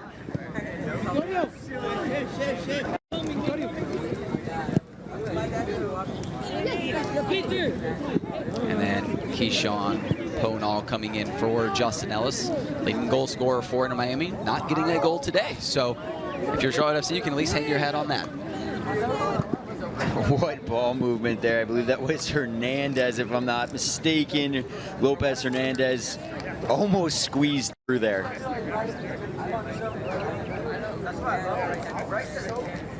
We've seen some creativity from the trialists. You know, every single one of them has had their foot in the ball in some way and creating some chances. Definitely not shy given their opportunity. Hey, and that's key. I mean, you got to play with confidence as a trialist. It's weird coming into a team for a week. You really feel like you have to prove yourself. You want to kind of toe that line of giving everything you have but not doing too much. So I really like what I've seen so far about all the trialists. Good turn. That was Josma again. And another thing I've liked is how they've responded to this third goal. Obviously, this game probably a little bit out of hand now.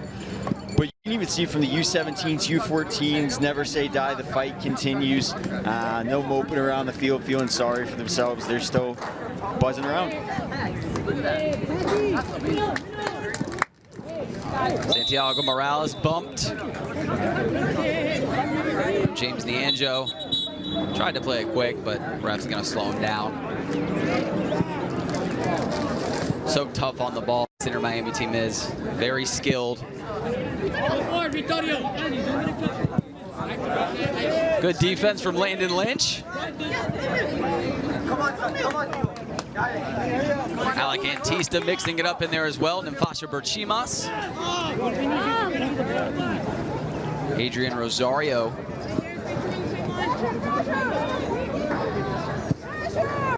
Still playing his defensive spot. Rosario yet to be substituted.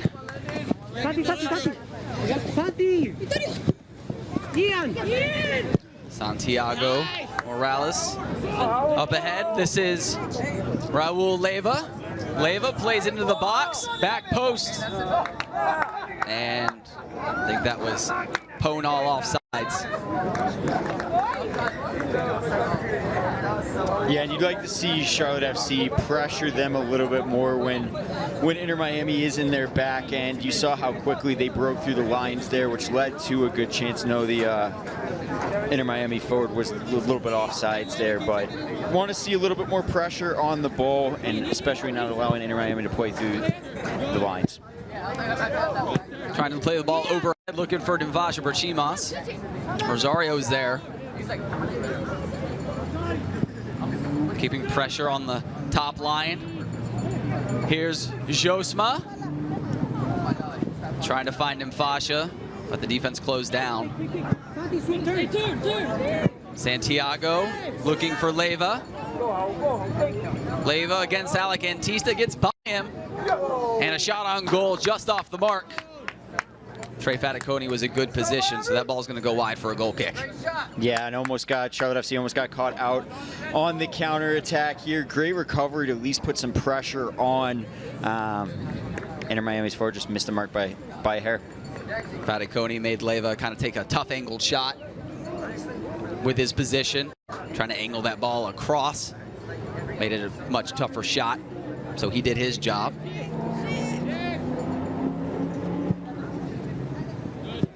Derek Powell gives it to Landon Lynch. Santiago Morales gets it back for Miami. He has it now. Ball played inside. Trey Faticoni, good save. And Keyshawn Powell on the back end.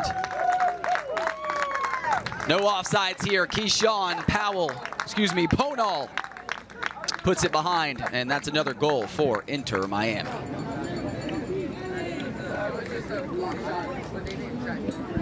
Again, Santiago Morales set everything up.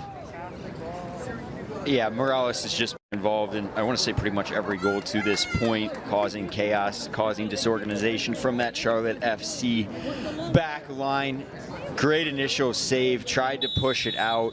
It's not like he could have pushed it the other way.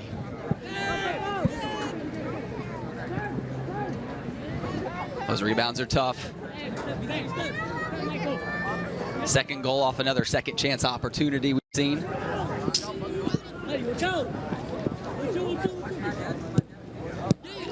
Come on, Adri.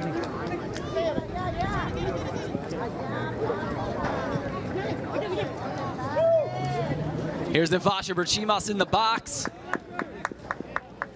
One too many defenders. Threw it away. Thwarted that effort.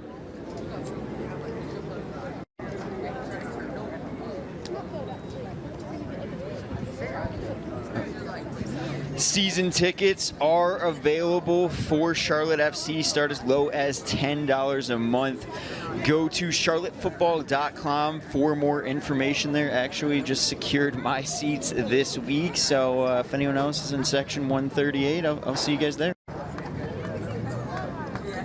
If Ryan's in that section, definitely the section you want to be in. Would be a fun one. Got to head to it. Derek Powell. And Charlotte FC is on the scoreboard. What a cross Derek Powell converts. What a great set piece. Great ball into the box. Powell always getting up there. Drives the ball into the ground. Just make sure he doesn't head it over the net. You can see the elevation there. He's had a strong game defensively, and now getting his name on the score sheet with a goal. Landon Litch with a smile as well. Whole rest of the team happy for the goal from Derek Powell.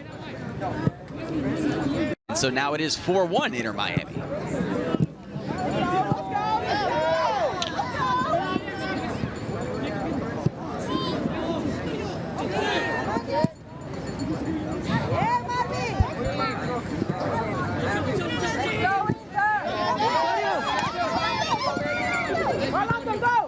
You can still see that energy that Charlotte's playing with.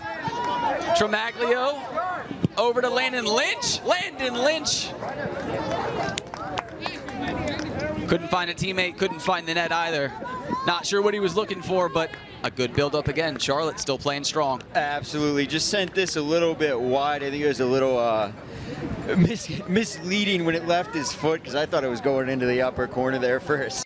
But yeah, just missed his mark a little bit. But it's been great to see the boost of energy that even this one goal Charlotte FC has given them. Definitely give them a shot of life, and you'd see them buzzing around the field.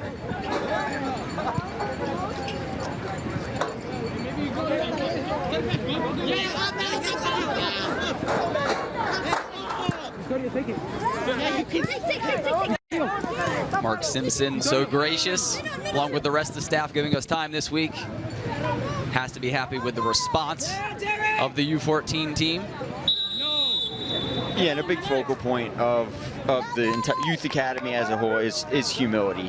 When you win with class, see what you can take from it, and when you lose, what can you build on? Let's break down the game, see what we can improve on, see what we can do better, to make sure every time we are on the pitch, we are developing as a club, we are developing as individuals and as a team.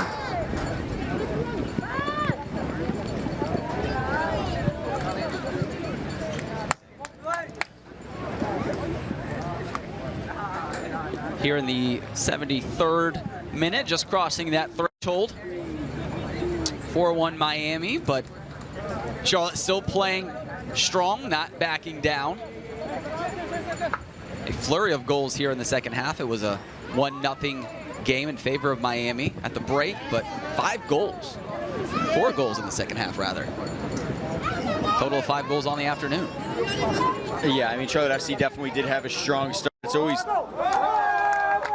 as I was about to mention, team defense is always harder when you do bring 6 new guys into the pitch. You see that go in there.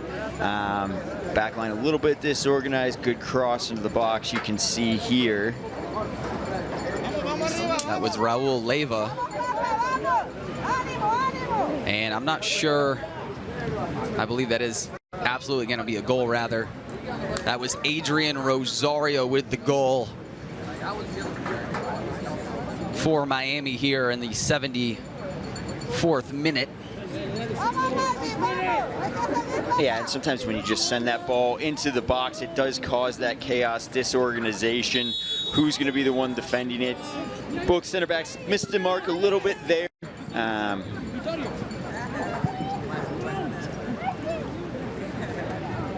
Now that's our 5th goal here in the second half. Quite a flurry.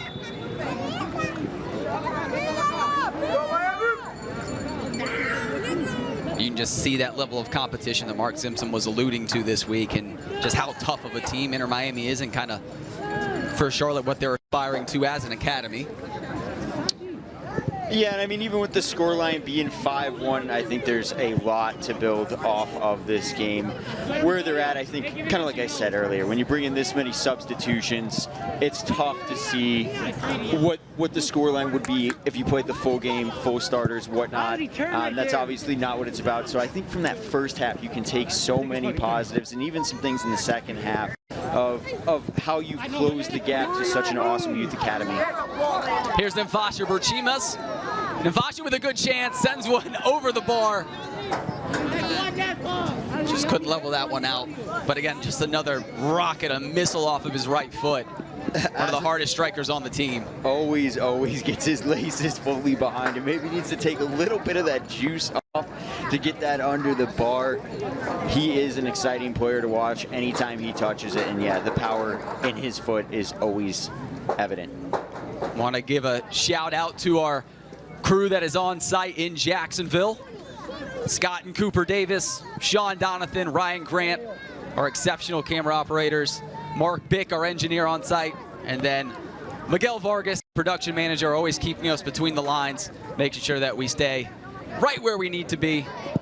Of course, traveling from Charlotte, being able to keep us as informed as possible. So thank you so much for our production crew down in Jacksonville for giving us all the game action today. And of course, can't forget about the Charlotte crew back here at Bank of America Stadium. Evan Gray running our audio today. Sean DeLay's running playback. Sydney Dittmer is going to be our graphics. Ted McFlynn been doing great work on the replay. Brandon Sweat, our technical director. Berkeley Dickens, our engineer. And of course, our producer director, Mike Bonner. And can't forget about our friends with Charlotte FC helping us every step of the way. A big thank you, Bobby Belair, Nick Kelly, Jessica O'Neill, Zoran Cornetta, Mark Nichols, Mark Simpson, Dan Locke and company as well. Takes a village, I'll tell you. It definitely does. So much behind the scenes, and big thanks to all the crew. It's been an absolute privilege to be able to bring you these games as we build up to our first team coming up in 2022. Going to be an exciting time. We can see the buzz around this city for Charlotte FC. We see it every single day. Absolutely. I mean, even going back to that Noda Brewery event they had a few weeks back with the first team training kit. It was awesome to see how many people showed up, line wrapped around the building. The excitement's there. You see all the time Charlotte FC gear around the city. Seat selection is taking place right now. It's just a very exciting time in the club's history, and what an awesome opportunity for these kids. They are essentially our first team right now. So you have parents, friends, and family watching, and you also have fans that are watching Charlotte FC for the first time. So that's definitely creating a professional, high-level environment. And don't forget to follow us on our social channels at Charlotte FC, Twitter and Instagram, and of course, YouTube and Facebook as well. Nemfasha Berchimas stays on side. Another rocket of a left foot. Right foot, rather. He just can't get it down. He seems to be all over the goalkeeping frame. Just cannot find the back of the net. He's missed a little to the right at times, a little over the top, and a little to the left. He's been knocking on the door, but just a little bit wide. Great strike here, though. I mean, tough angle shot.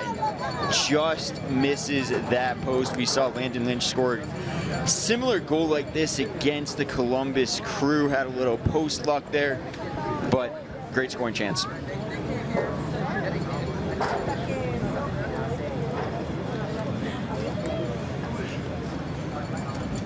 Of course, as you follow us on our socials, there's Nimfasha Berchimas.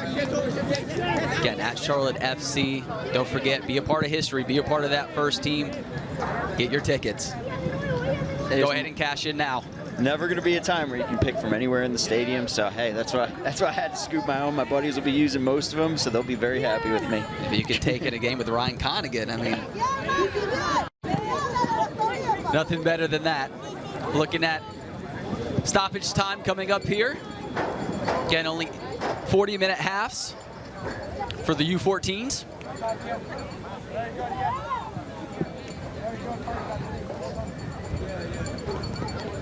A couple good saves as well by Trey Faticoni as he's come in the second half. I've seen a lot of tough shots. Yeah, he's been tested a lot, but has made some great saves. And listen, when you're playing a team of this caliber, there's going to be some chances that find the back of the net. So keeping your confidence, keeping your head up high. Had a good game, just a few tough bounces. So we're reaching the tail end of our game here. 2 minutes of stoppage time, but don't tell that to Hosma. It's Josma Hernandez still playing hard. Almost got to it. Now we're down to about a minute of stoppage time, so not much time left.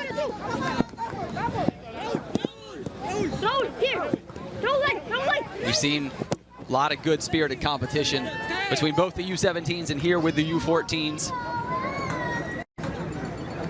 It's been a fun experience for these kids traveling overnight to Jacksonville. Haven't had that experience this season. Be able to bond, get familiar with each other as they continue into the next campaign coming up in more of the summertime. And road trips are always great for building that team unity and chemistry. The overnight stays, remember doing it as a kid myself, always become a lot closer with your teammates, which helps on and off the pitch. It's only going to help the academy grow and get stronger along the way.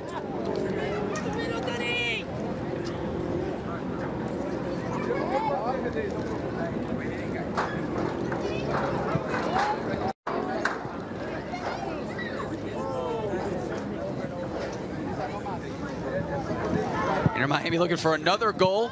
Faticoni, look at those saves. 2 back-to-backs from Trey Faticoni. Double time there. Finishing the game very strong. Great initial save, and then look at his quick recovery time, throwing the paw out there and pushing it away. And that's going to be the end of the ball game. A 5-1 victory for Inter Miami, but good battling from Charlotte. Good competition. And they're going to head back with their heads held high. High fives all the way around. It's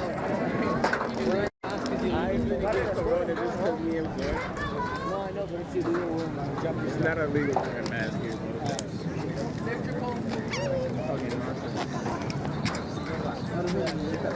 Landon Lynch. I'm waiting for everyone else, bro. I don't want to be alone. Hey, Eric, bro. We're going to go check the And as we roll this thing down, let's get to the highlights from this match. Again, a 5-1 victory for Miami, but it started strong for Charlotte. Had a couple good scoring chances in the first half. And a couple of good goalkeeping saves from Ethan Andrews. Back to back. More good defense, Derek Powell.